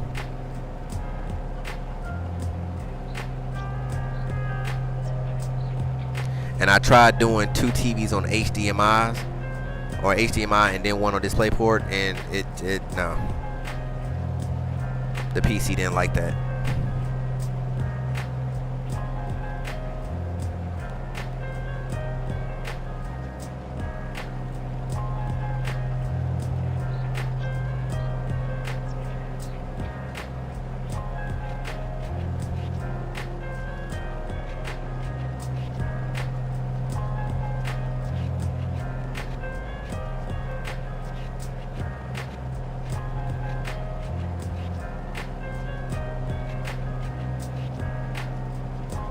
I have to use my laptop. It's not nearly as fast. 8750, 2080 mobile.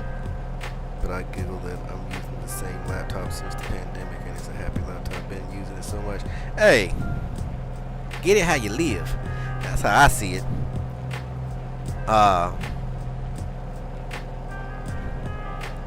Now, the next step I need to be doing, honestly, I really need to be getting me either building me, or I probably won't build one. I don't really need to do all that. I need to be finding me another PC to be my streamer, so that way that this one can actually just focus on sim itself. I would probably gain some more frames and better performance just by taking that load off. But honestly though, like my performance is not based off of that, because I have so much headroom with the setup. There is not one place on the sim that has peaked out. So I don't think that OBS is really causing an issue. Now, what I would like to do, but it's really not necessary, because most people are watching videos and stuff, on their phone, with the exception of some people that's probably watching on their TV or whatever. But because if I build a streaming PC, I'm gonna make sure it's powerful enough to run 4K. I can't do 4K streaming and 4K in the game. That's way too much processing. I tried that once. That didn't turn out too well.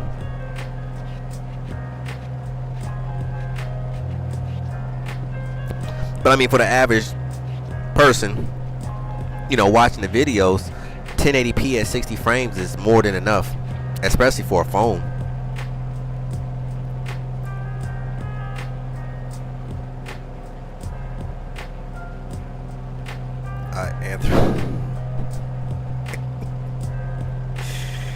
Jesus, Hippo. Watching me on the projector. How does it look on the projector?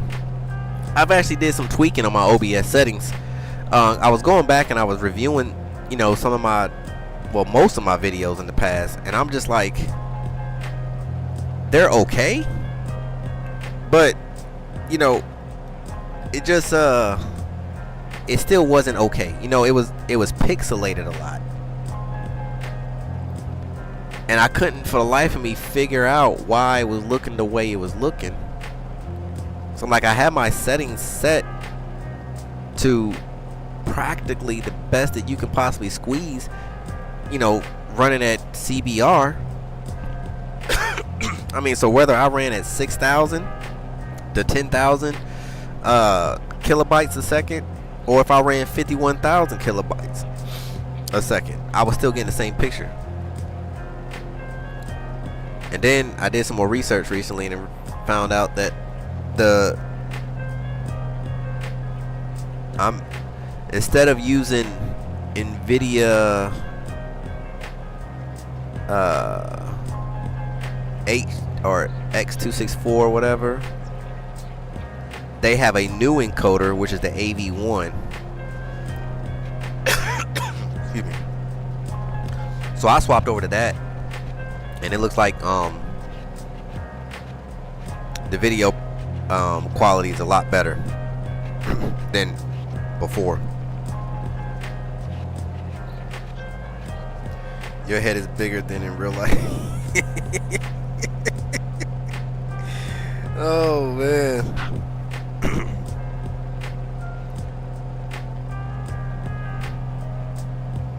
Yeah, AV1 is so much better. Like, okay, so this video and yesterday's video was AV1. And so if you go back,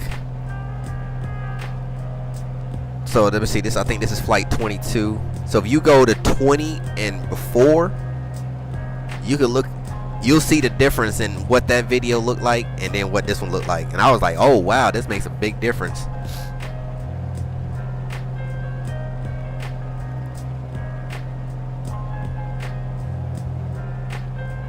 It saves a lot of data for both you and YouTube and me on AV1. Yeah, see, I haven't really read all the way through. Hey, what just happened?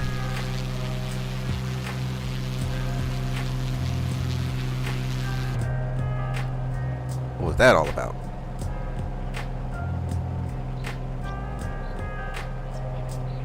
Must have hit a button. Hey, I need to read up on it and see what AV1 is really about. Yeah, I ended up hitting external view. Messed my whole thing up.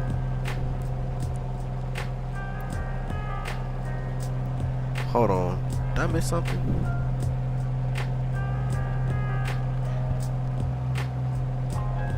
Hey Braden, I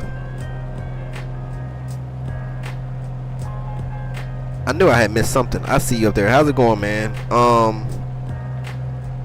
Landing in SFO and then I'll pop in and fly.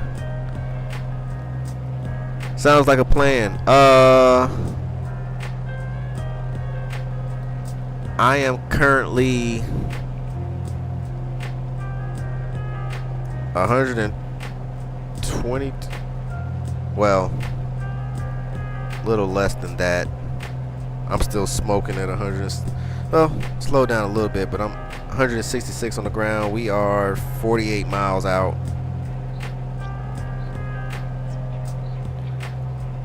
And depending on the conditions down on the other end, I might just VFR it in versus doing I don't know, Bunny, you want me to do the IFR approach? And show you how it's done? Show you how to get everybody on the ground safely without killing each other?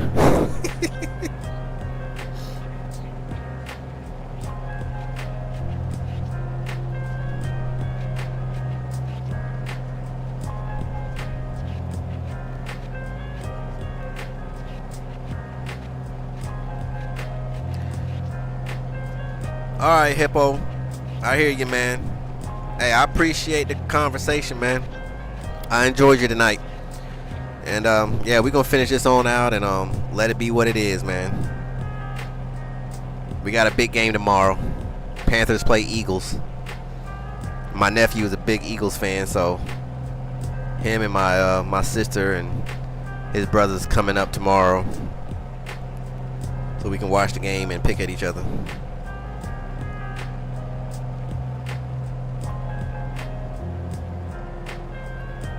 Tomorrow we should be South Dakota bound.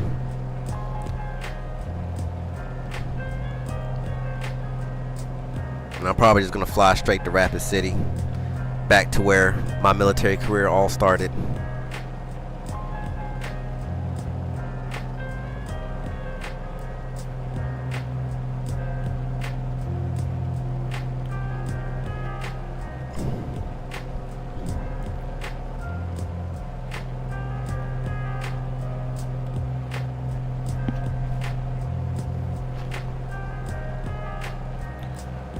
Alright, you know what I'm about to do. Let me check the weather over here at COD.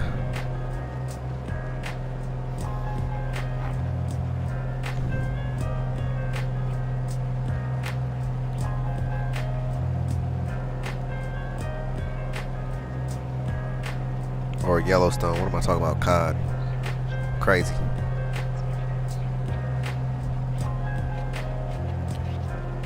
Weather at Yellowstone.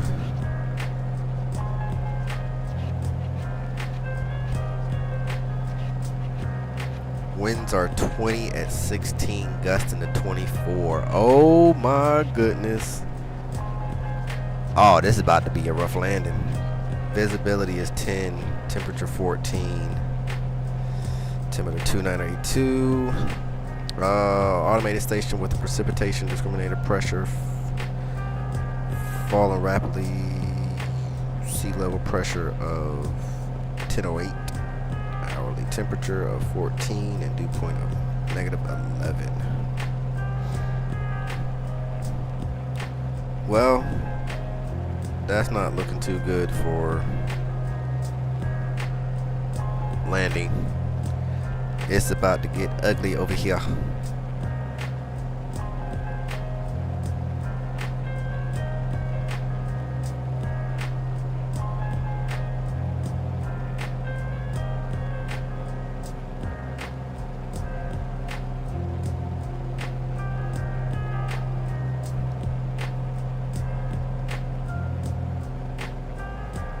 Oh man.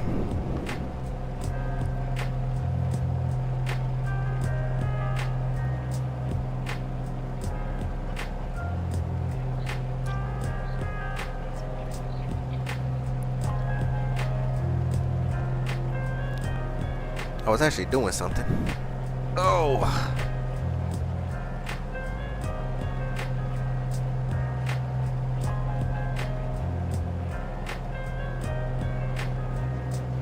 There we go. Had to get a refill on a drink.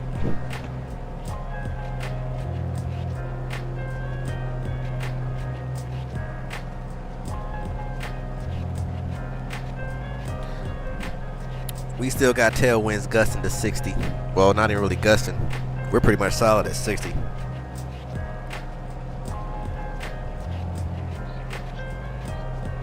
We are floating.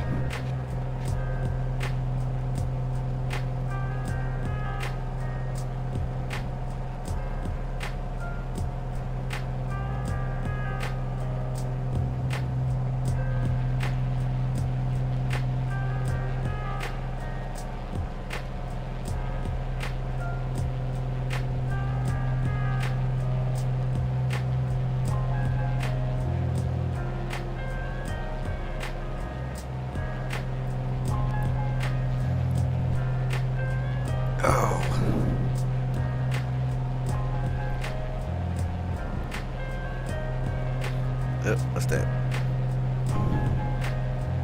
Okay. So We are looking good out here.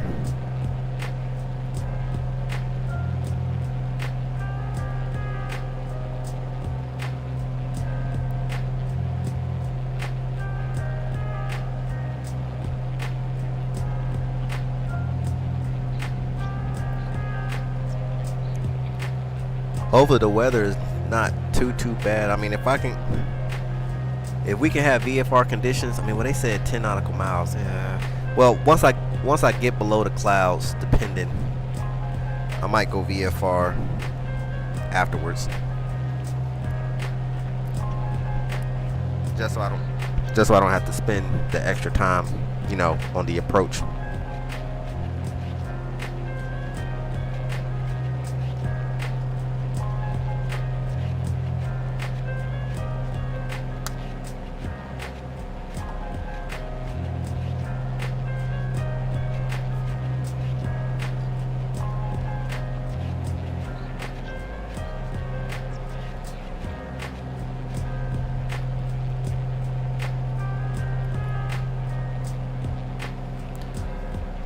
So, as before, let's talk updates. Updates. As of now, nothing really new. Like I said, I've been religiously every night after each flight, testing and benchmarking the sim in different settings to find a sweet spot. And I almost had it, and I think I'm still going to have it, but I mean, now that I know what my stutter culprit is, I'm fine with the settings I had before, and I'll just have to deal with those stutters until I can come up with a solution for that. Because I literally have TLOD set to nothing right now, and oh my goodness, I don't know what it really looks like on the phone. Well, I kind of do, but when you magnify it, Lord have mercy.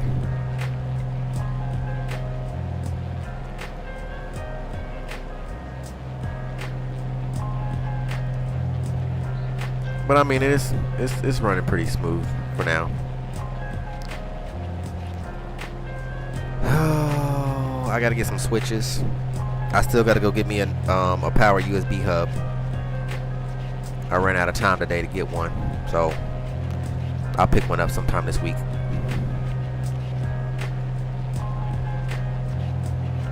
That should solve my power issue and all of my plugs.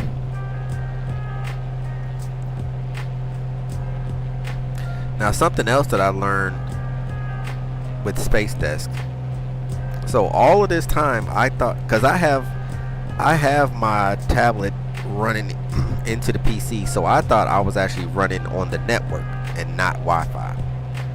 But what I found out was, even though you have it plugged in, depending on what type of tablet or whatever you're using, determines what's going on. And I don't know why I didn't think about this before, but Androids don't give you that automatic option like iPads do. So I had to get into the debug mode. So I had to figure out how to do that. So I figured that out. And then once I got in debug mode, I was able to then get it to talk to the computer. And so now I'm running on quote unquote LAN cable versus Wi-Fi.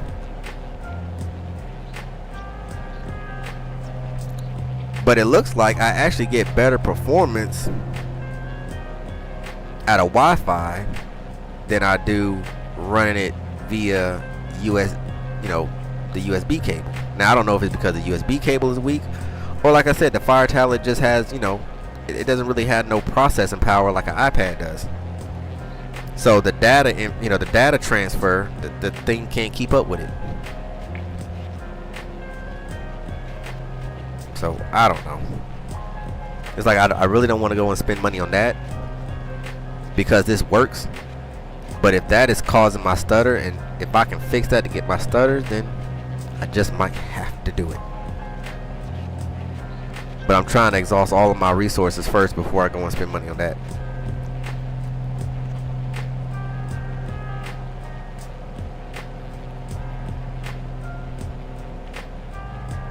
Does anybody else use SpaceDesk? And if so, what's your experience with it? Like, can you tell the difference? Like, do you get FPS drops when you use it versus when you don't use it?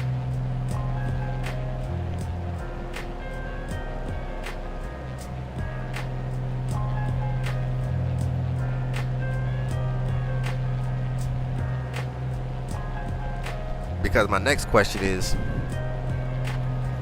if I were to go and get a touchscreen and run it directly HDMI into one of the slots in the GPU, will I get an FPS drop because now I'm adding a fourth screen? I mean, even though SpaceDesk is still kind of considered a fourth screen, and maybe that could be it too, because I'm running 3 screens in 4K resolution, but then the tablet is only running in 1920 by 1080p. So I wonder, because the resolution, that might be causing that to happen. That's a good question.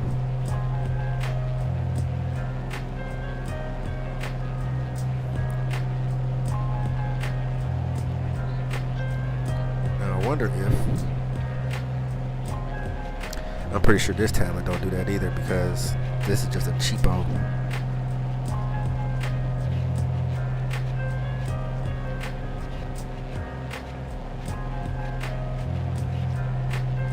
They probably won't be able to run in that either. I'm gonna test this one out. Once I'm done with this flight, I'm gonna download SpaceDesk on this one, and then I'm gonna drag that over here and see if that makes a difference. Because if in fact this tablet can perform better than the Fire tablet, because this is a 10-inch tablet as well, I'm gonna swap these two around.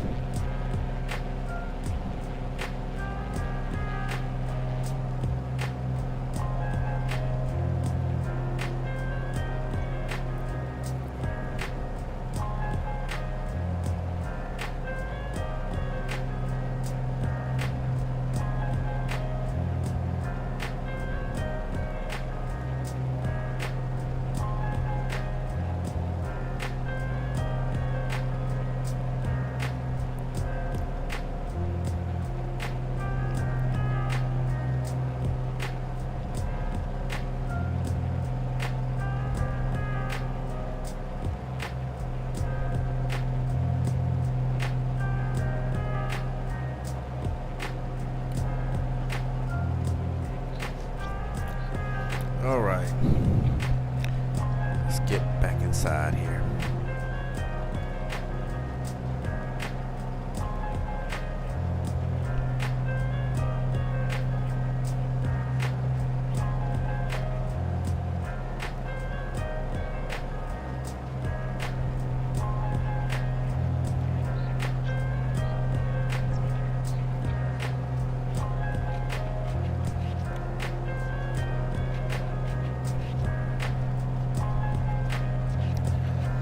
All right, we are getting there. We are 78 miles out, 30 minutes to go. And yeah, not too bad.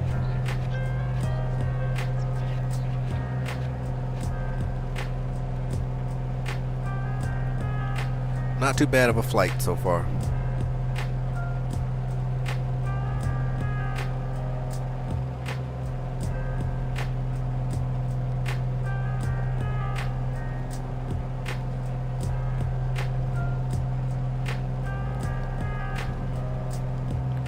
What I'm trying to figure out is, because that looks, where am I at?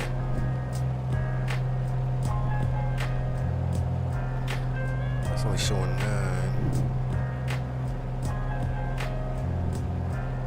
What is that showing though? Oh, I'm okay. Yeah, I'm good.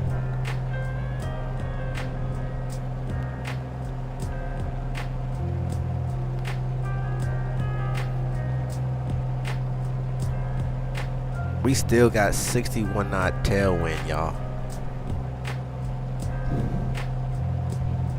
This is beautiful.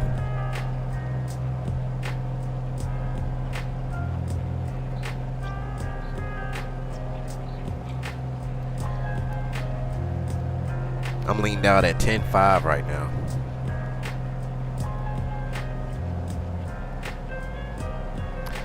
So I'm doing all right.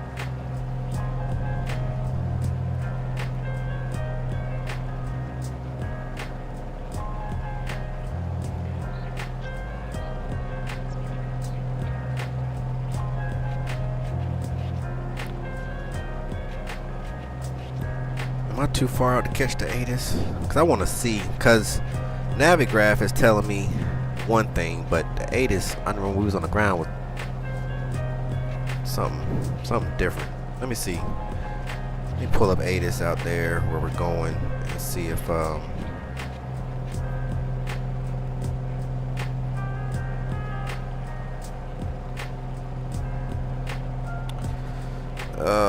not gonna get no ATIS out there because I forgot this place is small,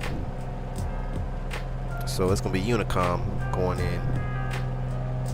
Ooh.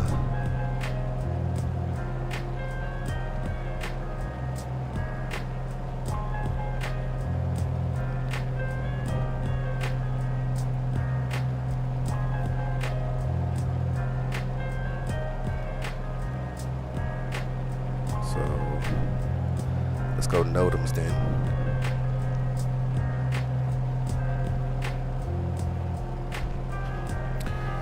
So excuse me. Sorry about that, y'all.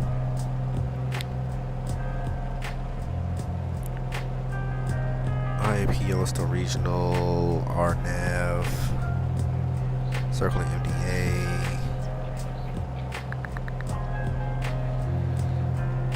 Nothing to do with us on that, and nothing to do with that. Okay, so as of now,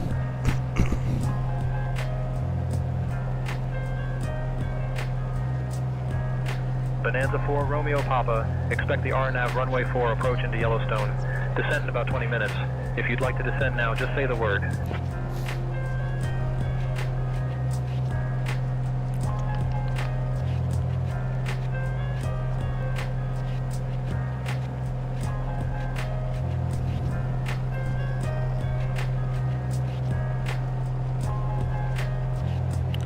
expect the RNAV runway 4 approach into Yellowstone.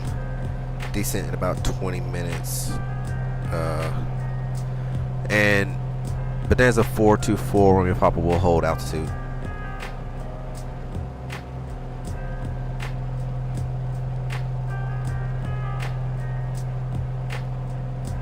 The RNAV 4. Okay. So let's get that plugged in.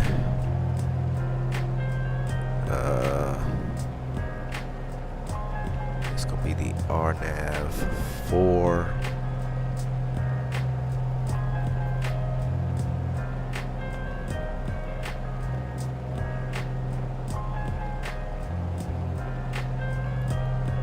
Let's load approach in.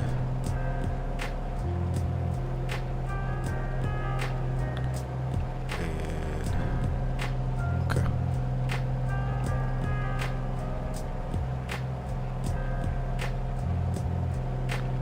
Let's look at this approach here.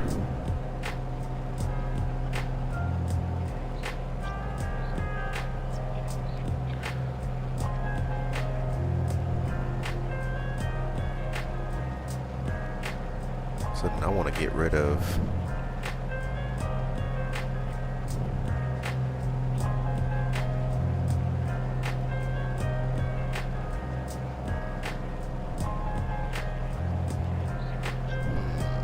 hold on a second, let me check something.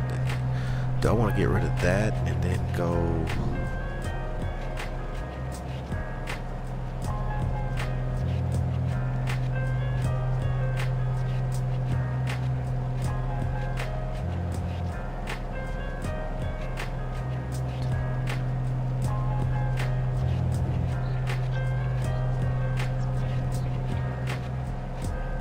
which is the initial approach fix. Okay.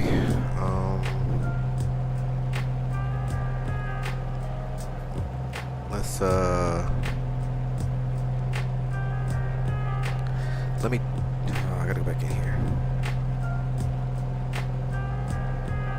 So approaches is going to be the RNAV 4.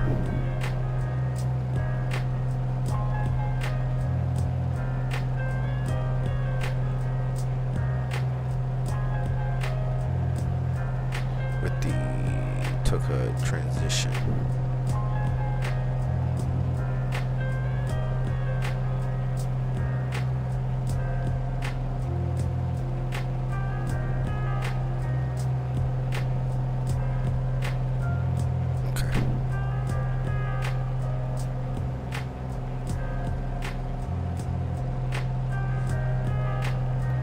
I'm wondering if I can go to the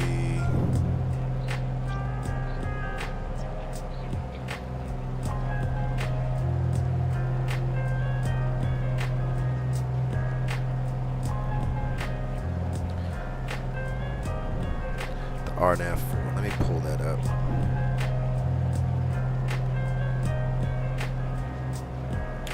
Procedures.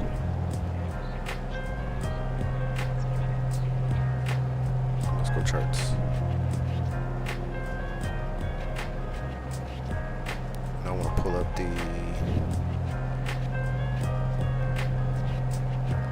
RNAV 4. Hey, Sess, how's it going, my man? How you doing today?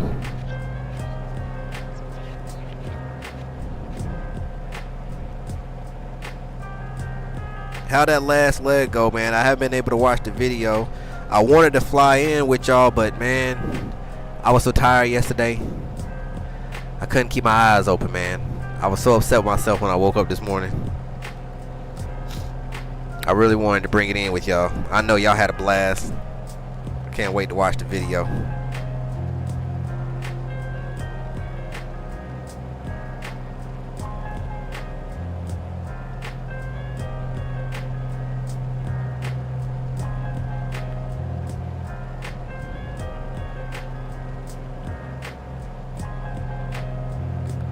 Nice. Sounds good. Man, pool was, well, pool don't sound nice right now unless it was heated.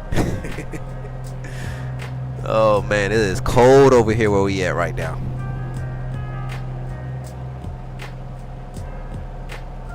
I know that was refreshing.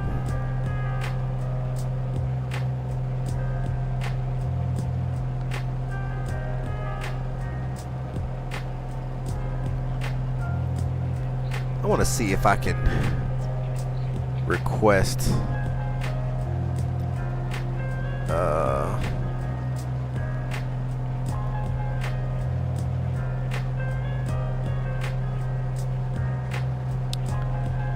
Salt Lake Center, Bonanza 424, Romeo Papa with requests.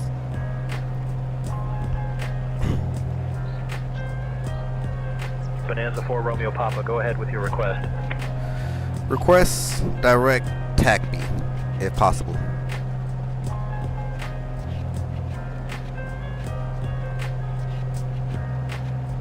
Bonanza 4, Romeo Papa, cleared direct to tag VOR. Clear direct TACB, Bonanza 424, Romeo Papa, thank you. Beautiful.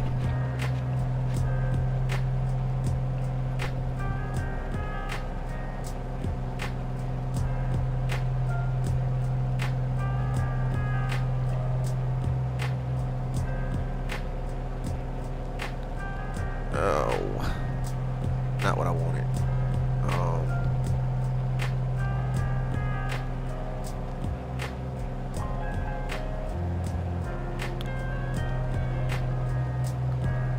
Unsuspend that.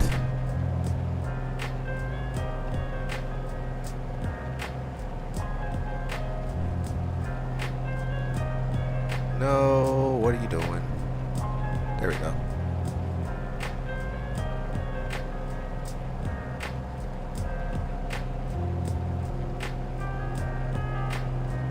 No, I don't want to do that. Stop going so crazy.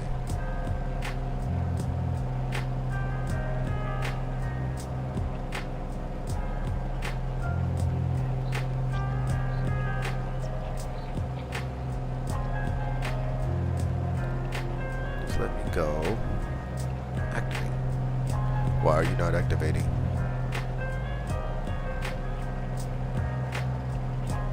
Let's remove that. Let's remove this. You should have went straight anyway.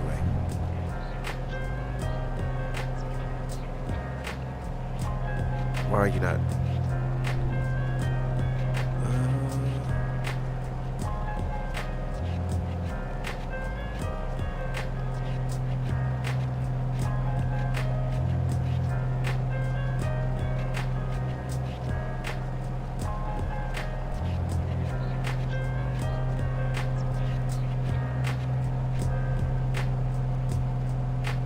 Man, she is struggling with this wind right now.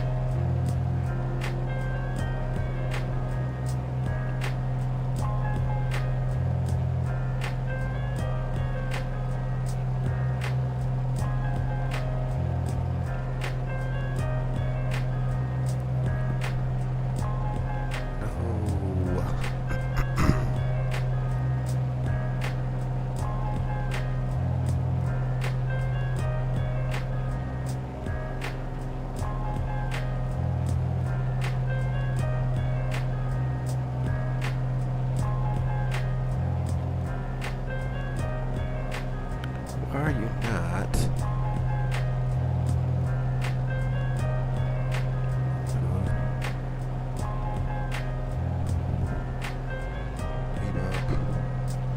TAC V.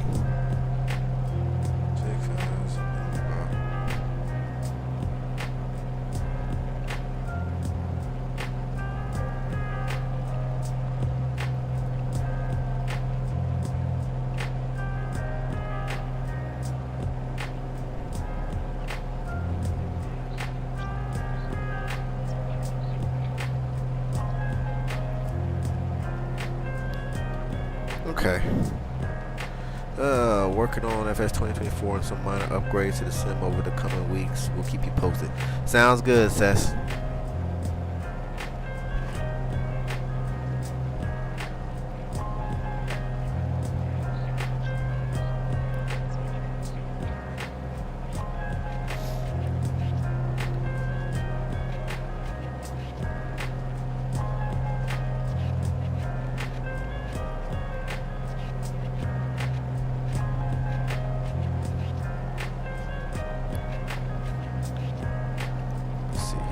Go.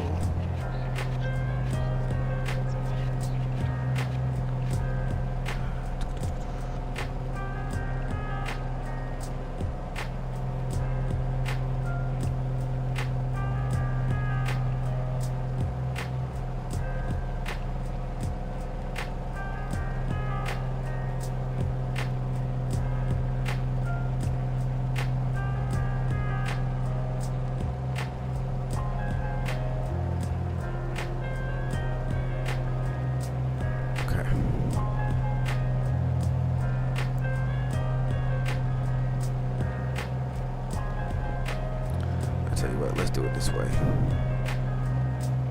You're tripping. We're gonna go heading.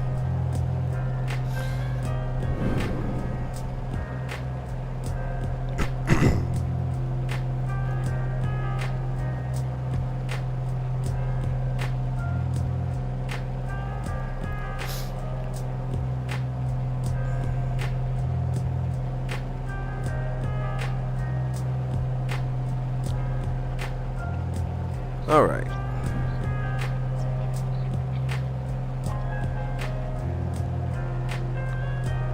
So if I went GPS and nav, where are we going? Are you gonna take me to where I'm trying to go?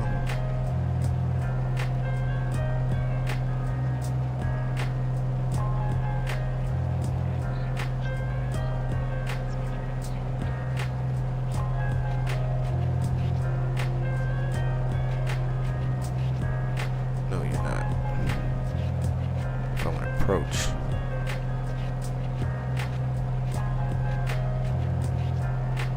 No. You're killing me.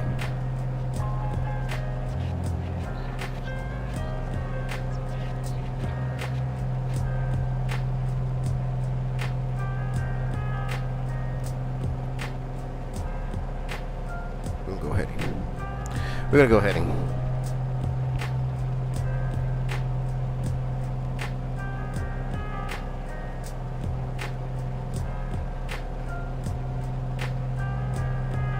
Okay.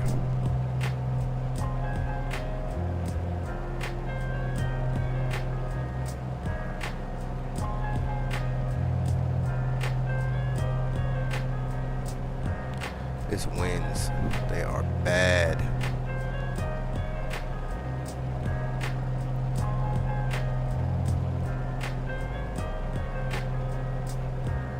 Burlap 420 has been with me for a while now. I don't know what's going on with that.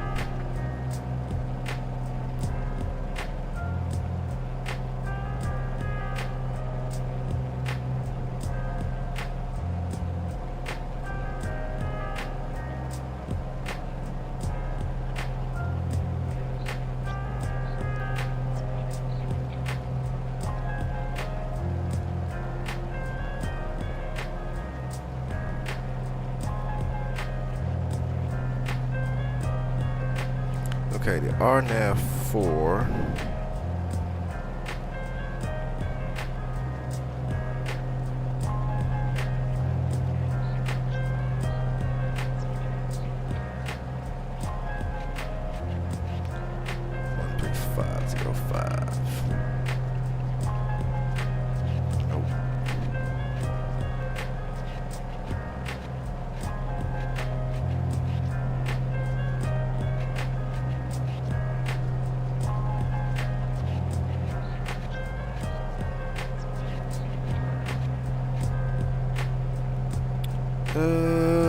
Okay.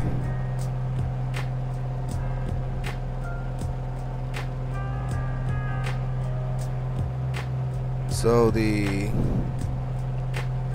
that out. The final approach fix is Weebop. And I need to be there at 8,800 feet. Final approach course is 038.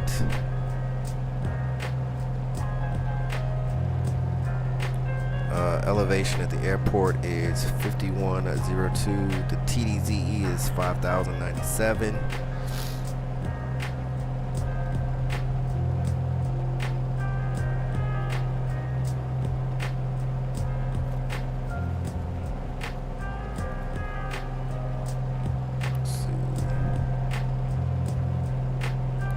Pilot control lighting is 1228, but that's no factor because it's in the middle of the day.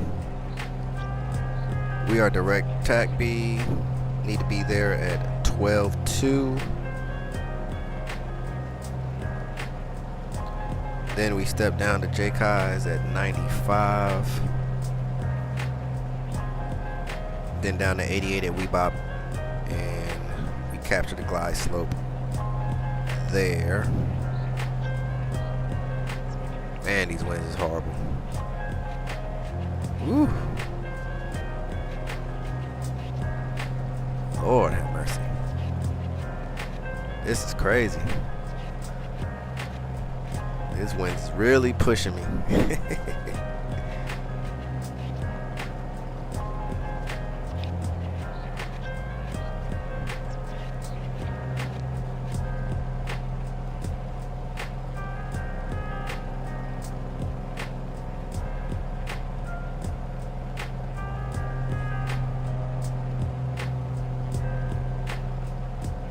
Okay, and then zap mode, we need to be down to 6680.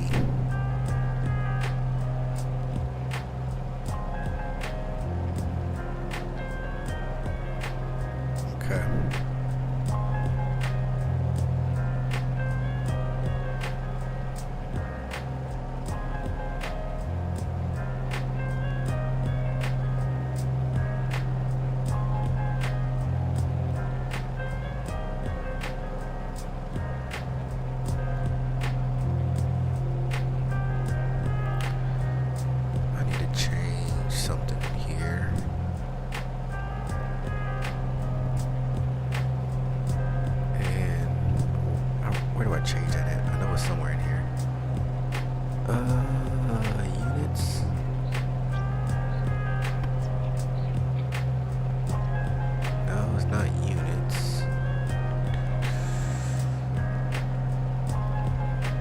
setup.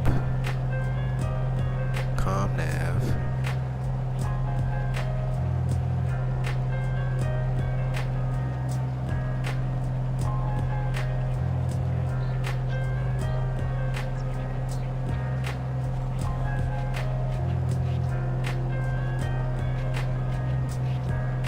Nope. Not what I'm looking for.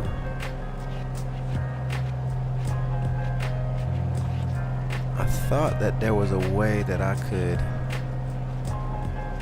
change my thingy.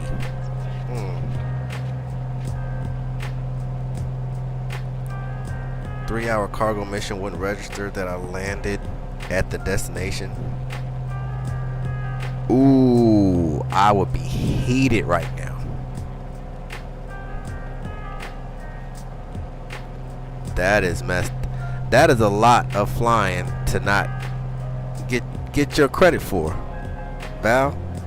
Hey, I'm getting on the phone. Somebody need to fix that.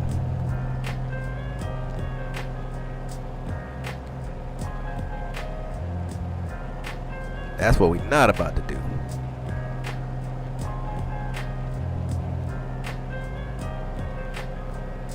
I don't remember where.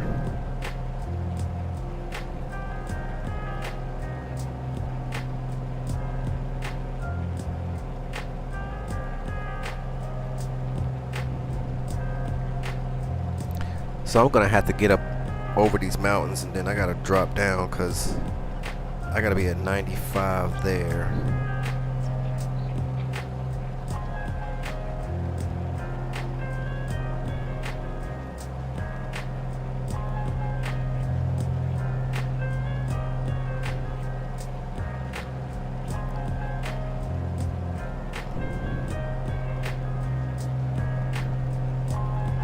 But if conditions are good, I might be able to just drop down.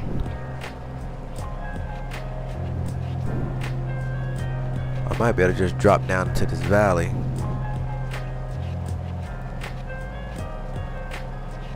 Say forget all this extra VF or IFR stuff, because this is getting crazy.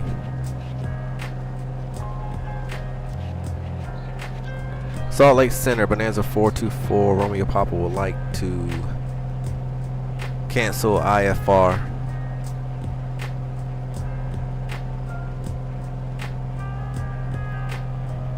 Bonanza 424 Romeo, Papa, Salt Lake Center, roger. Radar services terminated. Squawk VFR, frequency change approved. Squawk and VFR, frequency change approved. Bonanza 424 Romeo Papa, thanks, good day. Alright, and we're gonna go ahead and go 1228.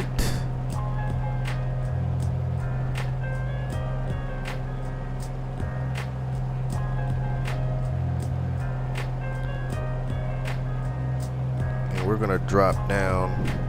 Let's start descending here. Let's get down to let's say 75 initial.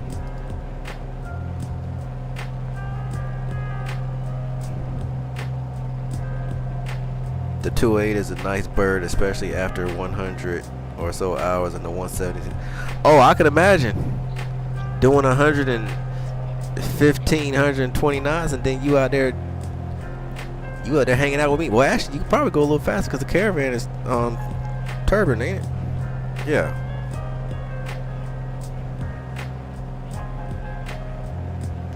$1,100 nautical mile first flight of the day to Texas. Jesus.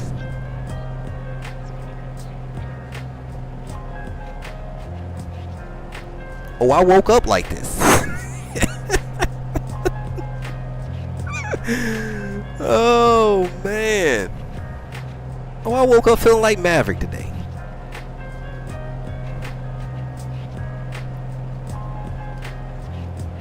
Yeah, that Caravan is a beast, man. And one thing I love about that plane too is its agility is crazy, and it's beta. That thing can stop on a hat. All right, let's slow this buddy down because we're coming almost right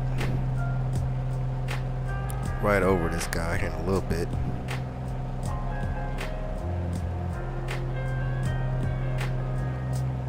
Let's get that chart off.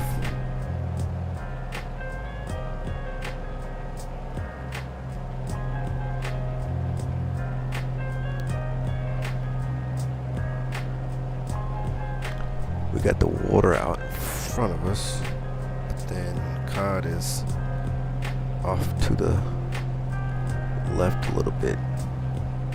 Alright, autopilot's coming off. We gonna bring this thing on down.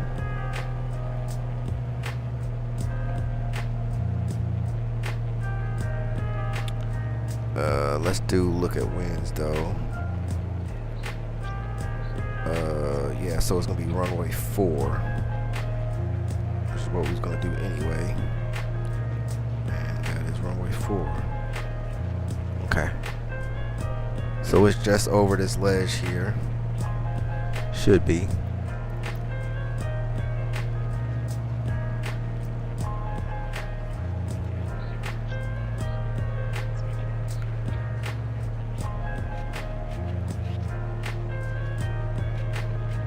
Yeah, I got the beta set up on my throttle. It's so nice. Yeah, man, that thing is nice. Pays $22,000 on FS economy. We're in the PC12, no brake wear, slowing it down. Yep. That's what beta's all about.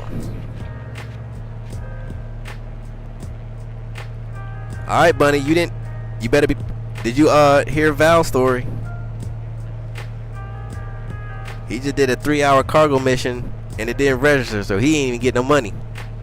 So you about to fly 1,000, you better, I can already see you now. I can see, hey, somebody gonna pay me my money. Oh man, that's too funny. Alright, we're bringing her down little by little. Airport is off to our left. I would probably have a better visual if my graphics were up a little better. That's right, I'm fixing that tonight as soon as I'm done. So we got little puddles of water over here, 2 long ones, and right off to the left. Why am I not seeing it?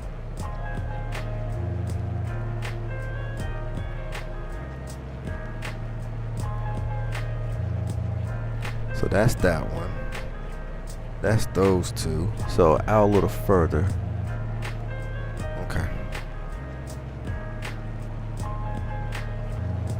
Let's get this thing down. I'm good. I flew from the South Pole, no problem. Remember? Right. Buttered the first landing too, which was my first in my 208. So it was extra sad it didn't complete. Man, that sucks, man.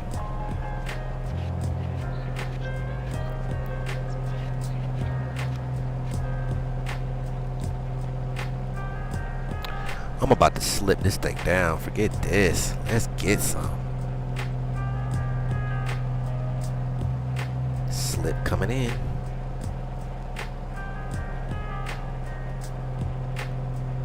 Woohoo! Now that's how you drop altitude. Who else being here slipping? Anybody else slip?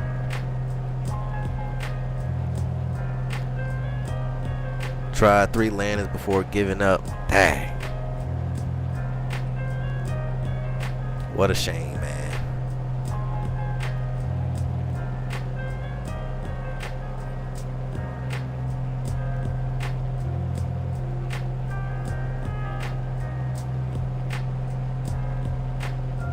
You know what?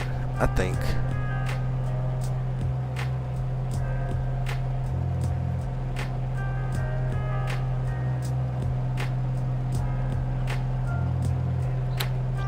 okay.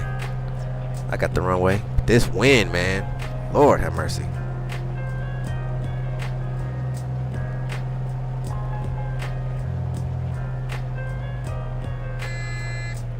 All right. Slip, slip, slip, slip, slip. Slide her in.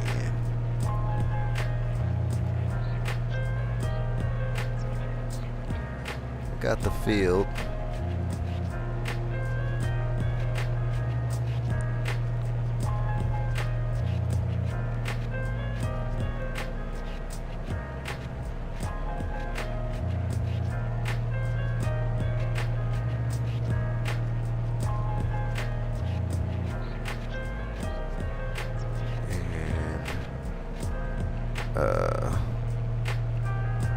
We're just gonna go direct.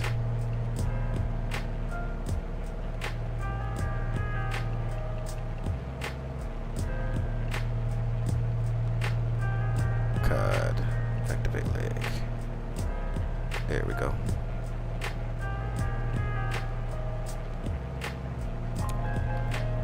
Yellowstone Regional, Bonanza 424, Romeo Papa is 5 miles west of the field.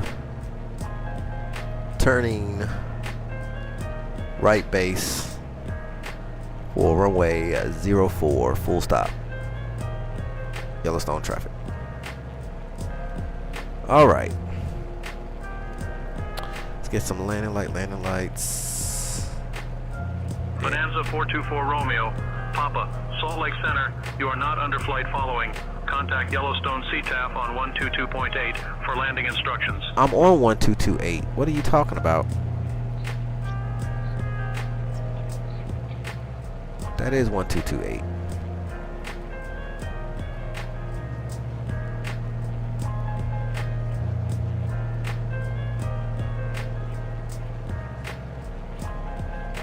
Weird. Okay. All right. Speed checks. Gear is coming down. First notch of flaps coming in.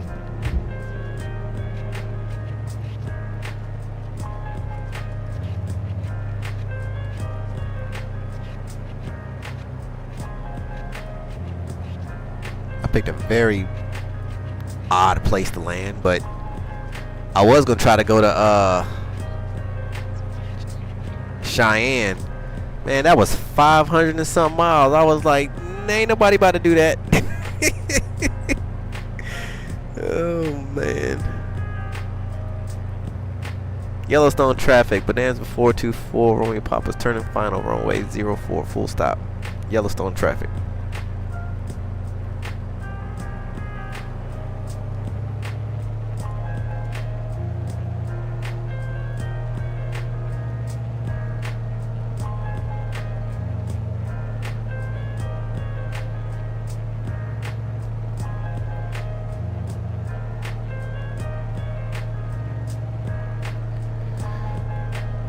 Okay.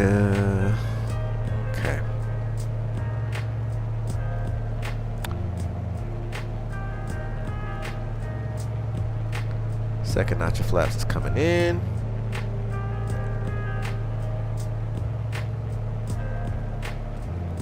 Ooh.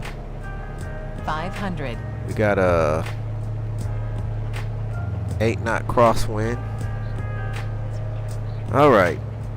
Gear is down, flaps is down, lights are on. We got 2 white, 2 red. We're crabbing. I'll give it a little bit more speed. Okay, there we go. A little low, that's all right, that's all right. We got this, y'all. We got this. We got 75 over the fence. Beautiful. All right. Nope. Dip, dip. Win. Compensate. Ah. Whew. She's blowing. Butter. A little hard on the nose, but that's all right. I'll take that one for the win.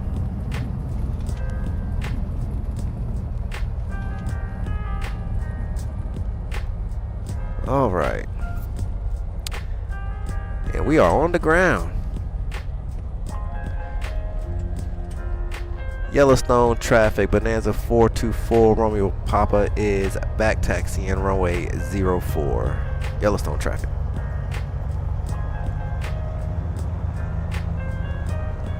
Welcome to Yellowstone Regional, everybody.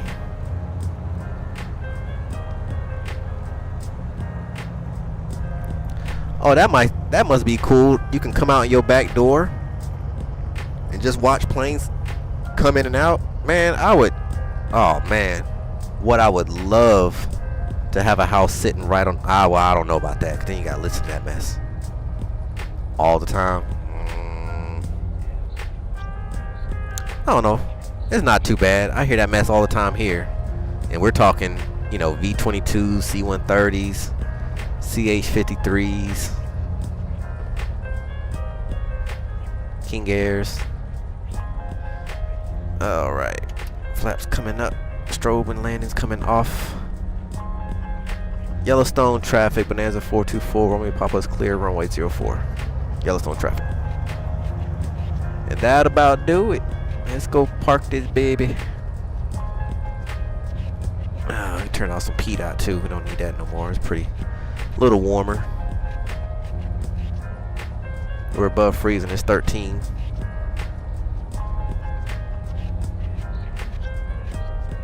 Okay. Hey, y'all gonna save a spot for me? Let's see how we gonna do this here.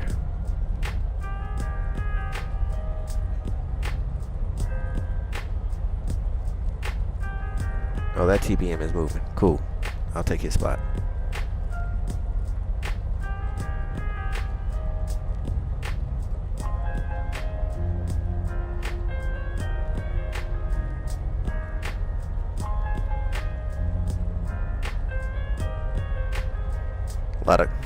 We got a TBM taking off or taxiing out. We got 1, 2 King Air 350s. We'll come park next to this one over here.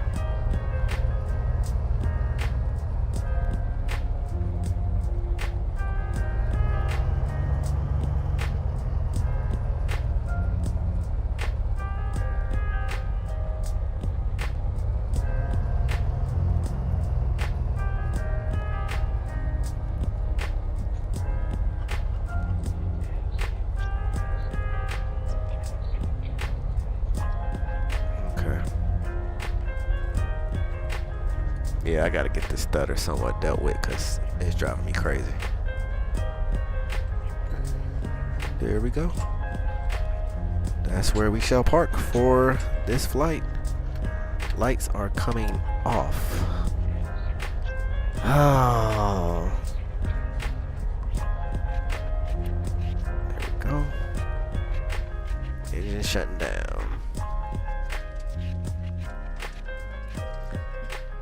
That should do it, my peoples. Let me turn off my sleepy music. Oh man, I'm gonna change the music up.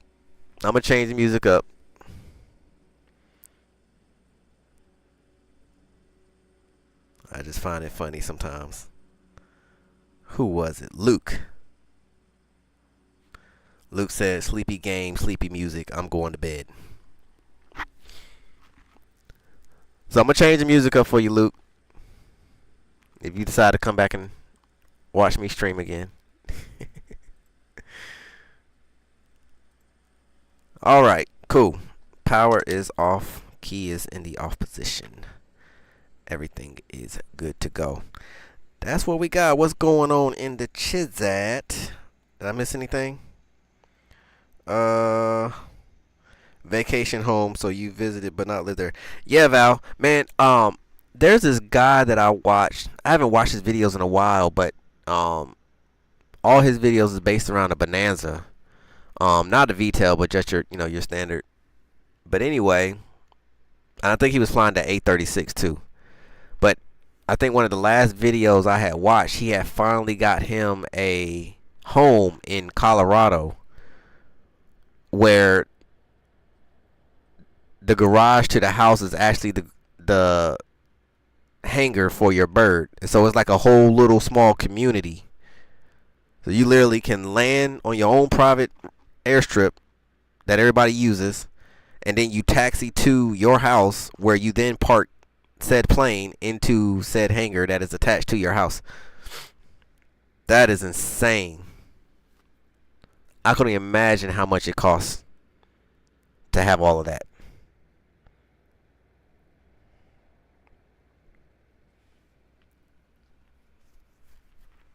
So, dreams. I'm gonna look him up tonight, and I'll make sure I have that information for tomorrow. Cause he's got some pretty cool videos. He actually got himself in trouble doing a cross country tour or around the world tour and landed in Russia, and that didn't turn out too well for him. But yeah, he has some awesome videos, so I'll make sure I get that information for tomorrow. But it's late. I need to get some sleep. So I hope you guys enjoyed the video. To anyone new that is watching and did not speak on the chat, welcome aboard. I hope you enjoyed it as well. If you like this type of content, I normally don't like doing this, but I figured it's on my heart to talk about it. If you like it, hit the thumbs up for me. Let me know you like it, and share it with other like-minded people. That would definitely help my channel out, and bring some happiness and joy to other people that love flight sim as well as I do. So that's all I got for you guys. I'll catch you tomorrow. It's Cardboard Sim. We're signing out.